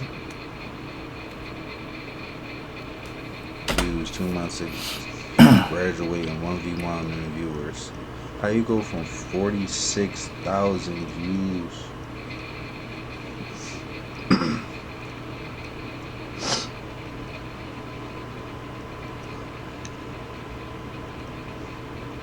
Was a month ago. Yeah, like, as you can see, bro was cooking, and then all of a sudden they just straight up like shelved homie, like not even caring about his previous accolades in the algorithm, creating his own audience. They ain't give a fuck about none of that. They just removed this whole fucking flow in the algorithm. Completely removed him. Like he said something uplifting for black people or something. Like he on the side of black people basically. Because they fucking roasted his channel to no return.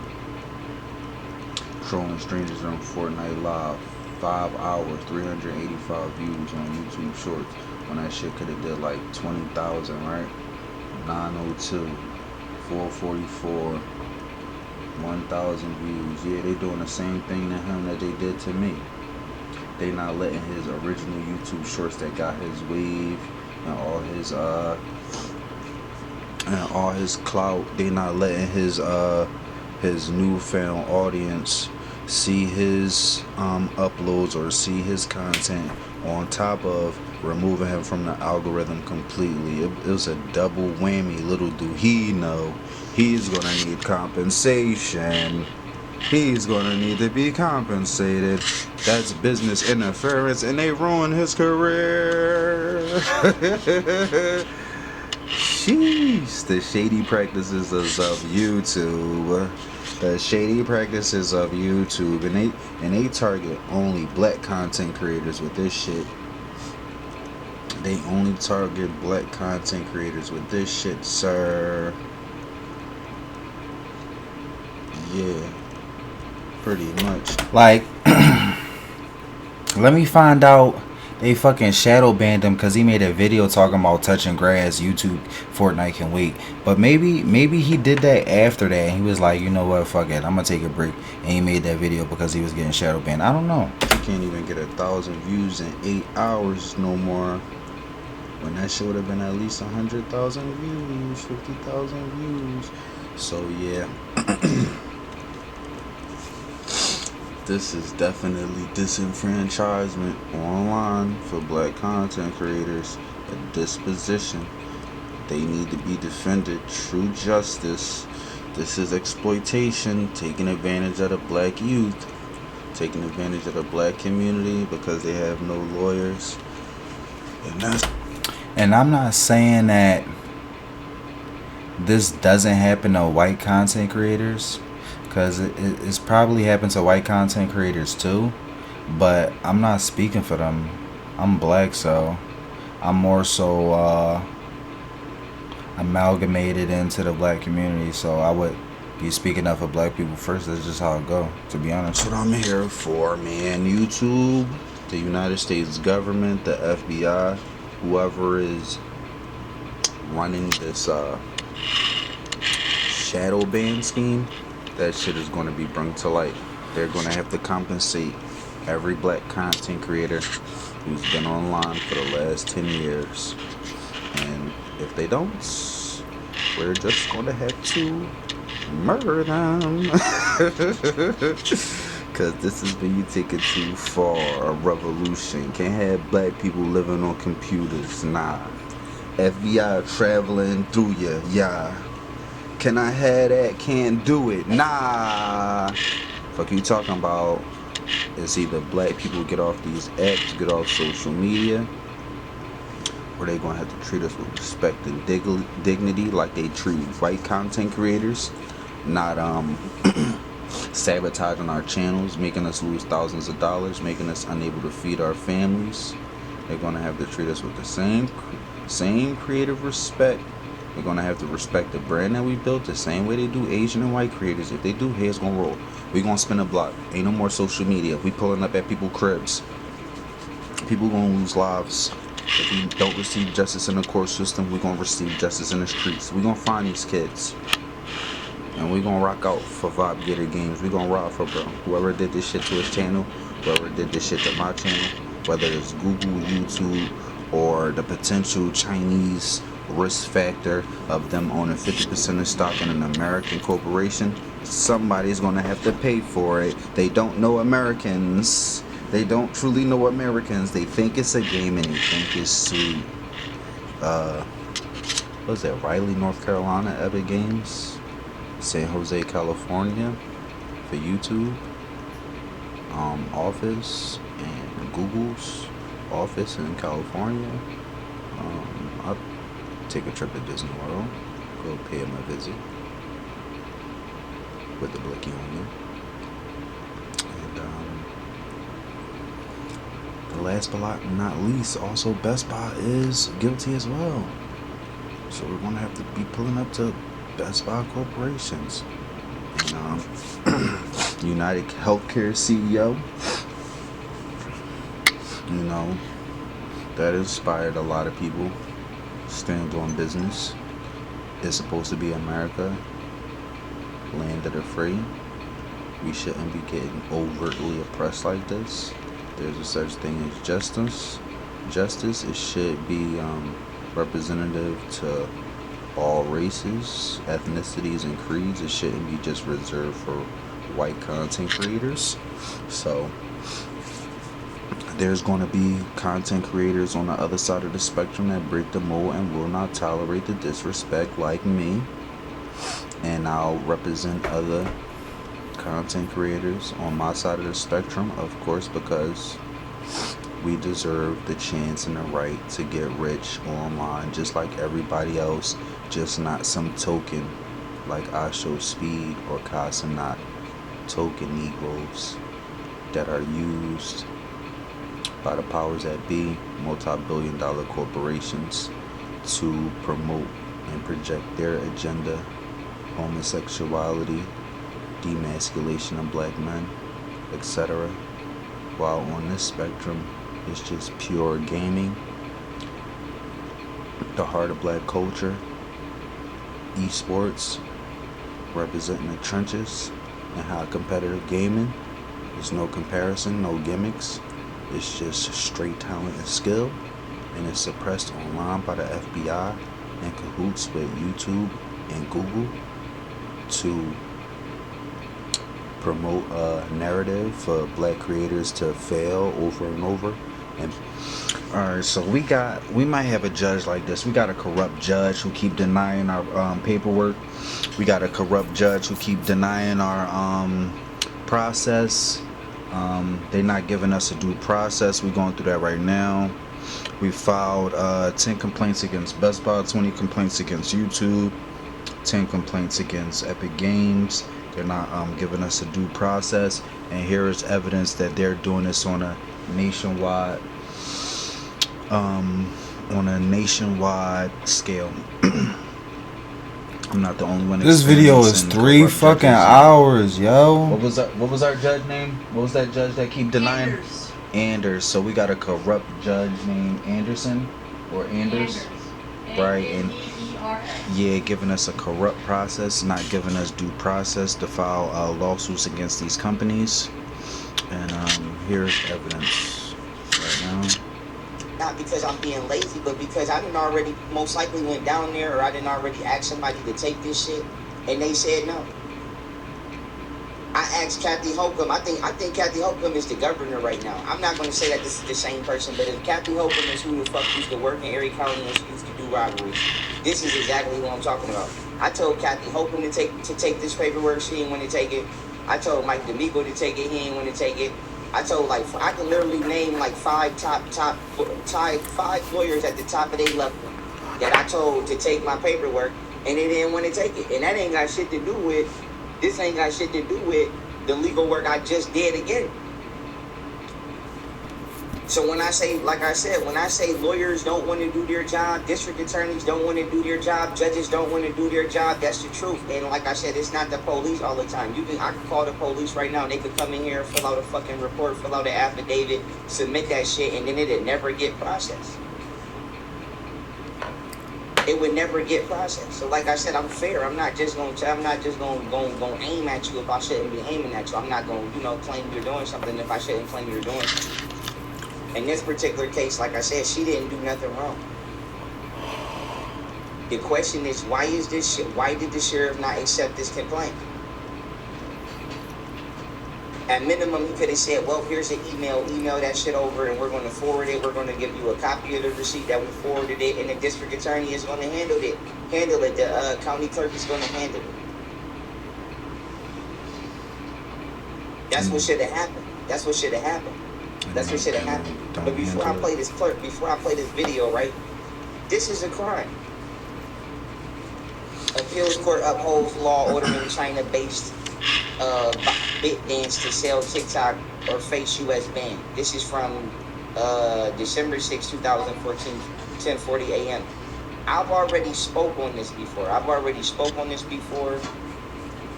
And, I've already spoke on this particular situation before. I even mentioned this in my documentary.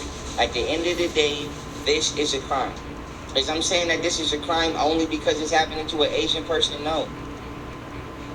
I'm saying that this is a crime because if a white person came up to me and said, hey, I have a business, whether it be a technology company where I developed an app, or I have a lawnmower company, I can't force you to sell me that fucking business.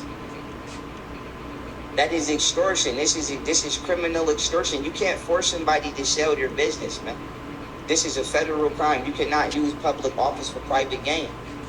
What is this? This is not the entire United States of America. This is somebody somewhere trying to force China to sell their product. I'm on TikTok right now. You can't do that. That's illegal.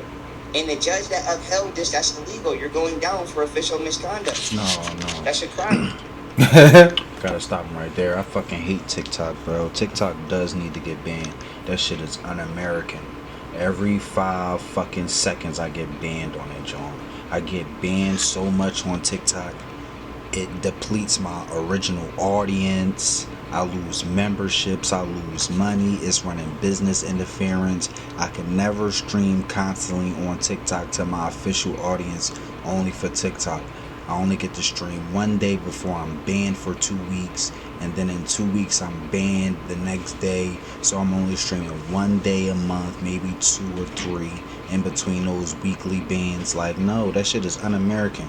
Absolutely anti-freedom of speech, targeting black content creators, sending them through the ban paralysis so they can never truly engage with their audience. No, fuck no. Any social media that operate like that do not need to be in America. That shit is not American. They boosting industry plans. They are boosting TikTok plans. You log on to TikTok, you make other people rich. You can never build up your own brand. That shit is for Asians and white people and foreigners, they get rich off that shit. But when it comes to black content creators on TikTok, constantly getting banned. And even if the disparages isn't just for black people, I see content creators from America getting banned on TikTok nonstop.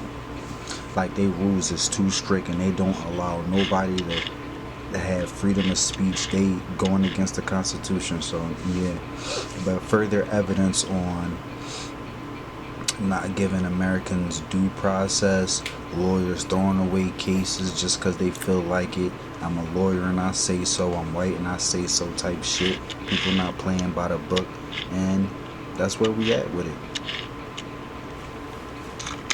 Right? What do you want them to do? You want them to shoot it up? What you want them to do? It's just, if you don't, I wouldn't mind that. If I would have never went through what I went through, I would have been in the damn military somewhere. I would have been a sheriff. But the thing is this: if you don't want to accept people's complaints, right? What do you want them to do? You want them to shoot it up? What you want them to do? What do you want people to do? That's the question. That's the question to the United States government. That is the question to every district attorney around the country. That is the question to every police officer. If people are actually abiding by the law and filing complaints, and you don't want to do any paperwork, and you don't want to do your job because you're in the back doing God knows what, probably playing on them damn phones, well, then what do you want people to do? You want people to come in there and start shooting that motherfucker up? Because that's the only next step. If somebody makes a complaint and says, hey, I'm being followed. If a woman says, hey, every time I get off work, I'm followed by a creepy man. And the police officer says, well, there's nothing we can do. We have to wait until he does something. Okay, well, is she wrong if she killed this man? Because it is something you can do. You can follow her home.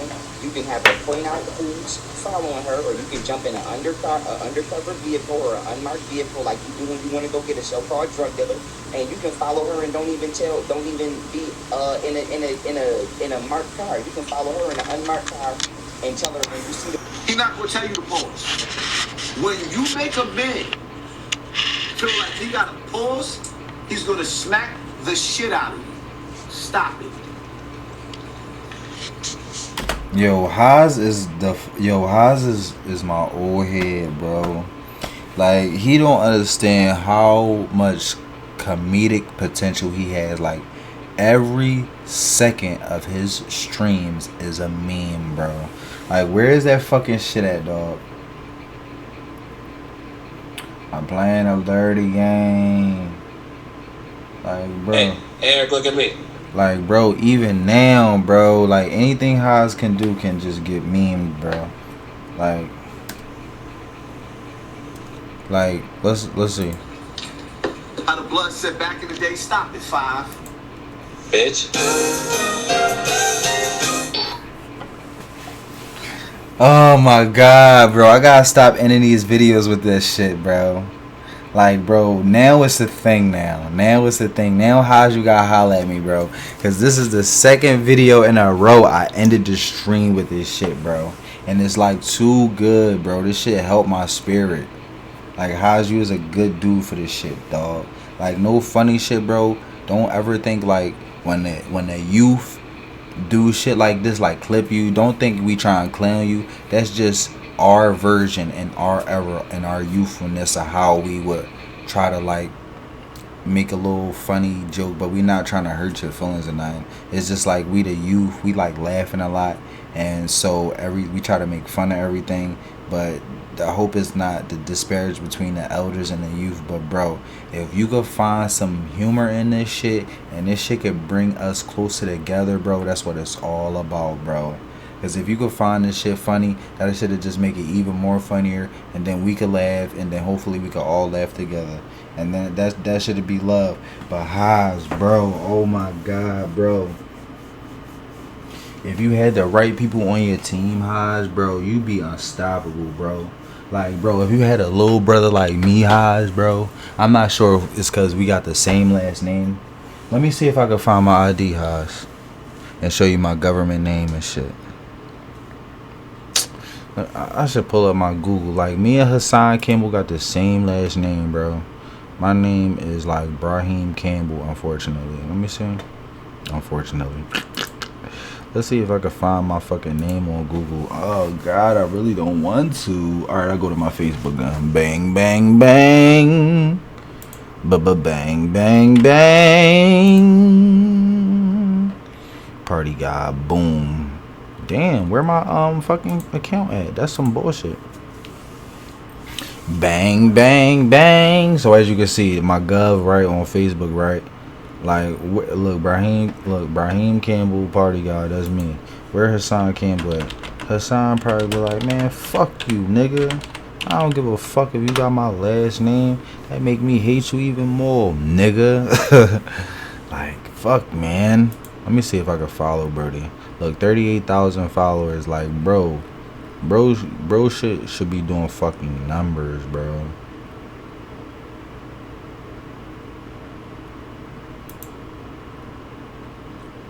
The gold digger at his finest. I can't even like this shit, bro. I gotta follow Brody. I can't even add him as a friend. This shit fucked up.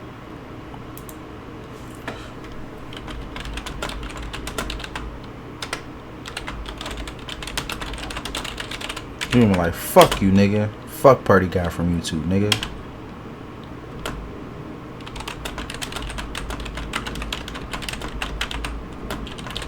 He was like, nigga, fuck you, nigga. I know who the fuck you is. I know you got the same last name as me. That's why I fucking hate you, nigga.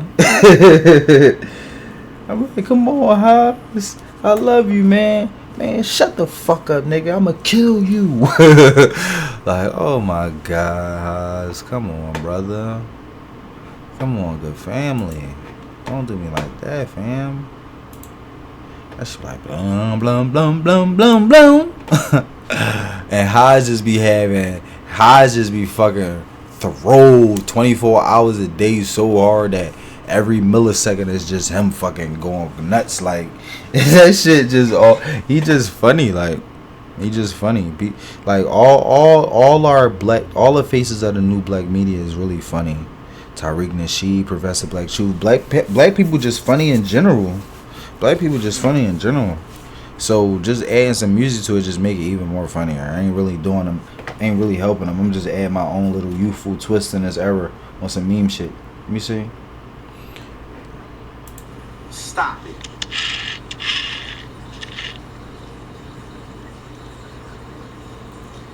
It is what it is. It's late at night. YouTube keep running. Like, why YouTube? Why you playing with my? Like, listen, man. Stop lowering the numbers. I'm probably never even going to use this page again. I can keep on playing. Yo, Haas is so fucking funny, dog. Like, I ain't even clip him yet, and this shit just still funny. Like, look at him. He like YouTube. Why'd you on my dick so hard? He like, you know what, YouTube? I'm done with y'all scumbags. I'm going to bed. Like, bro, that shit is so funny. Even during his shadow ban, that shit is comedic gold, bro.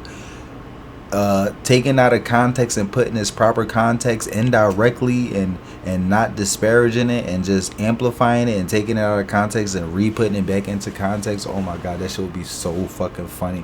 Like, even the freeze frame now, bro, is just so fucking funny, Haas.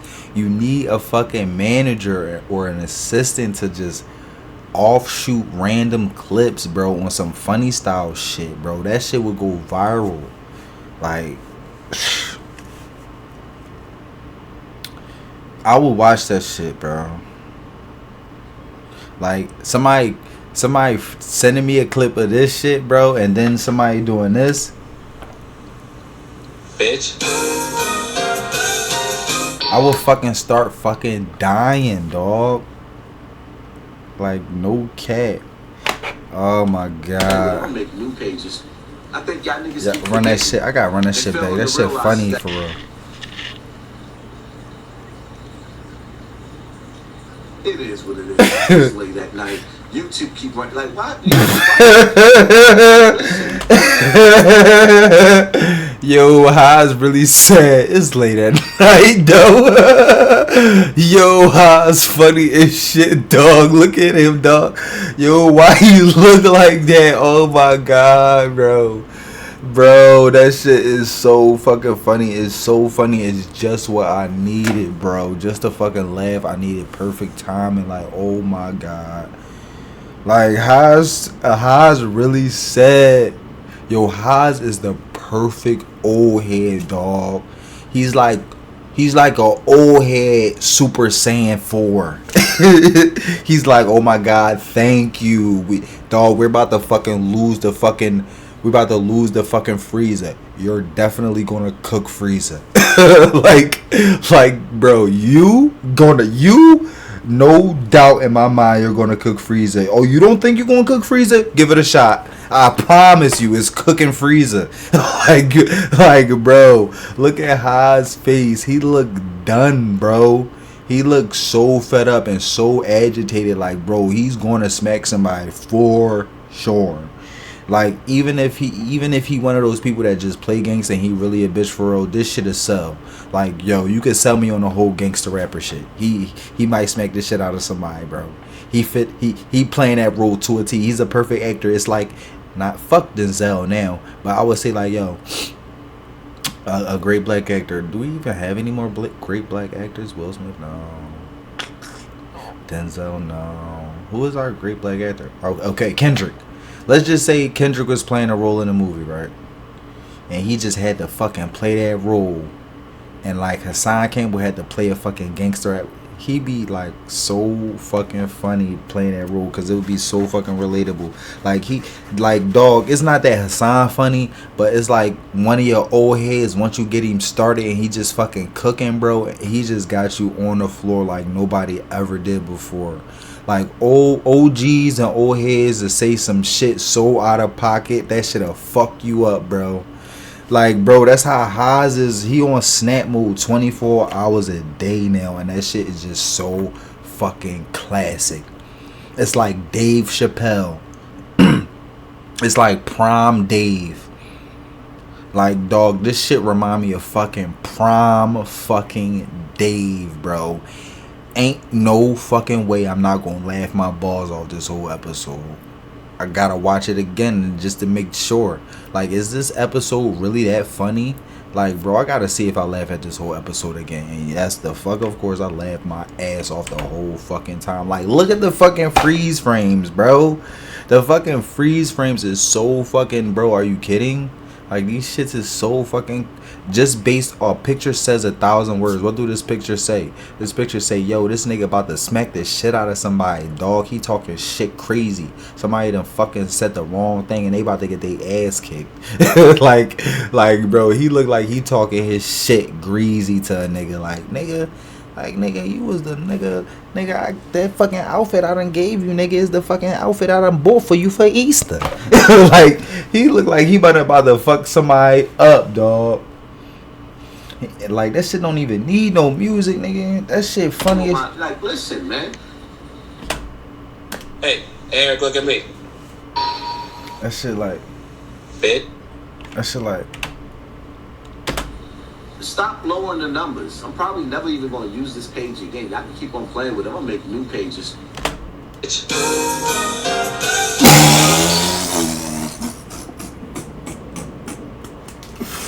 Like, bro, the shit funny, but it's also real shit, and it's not funny, but it's only funny for people who know that it's really not funny. It's only for people who really, like, support Hassan Campbell getting back.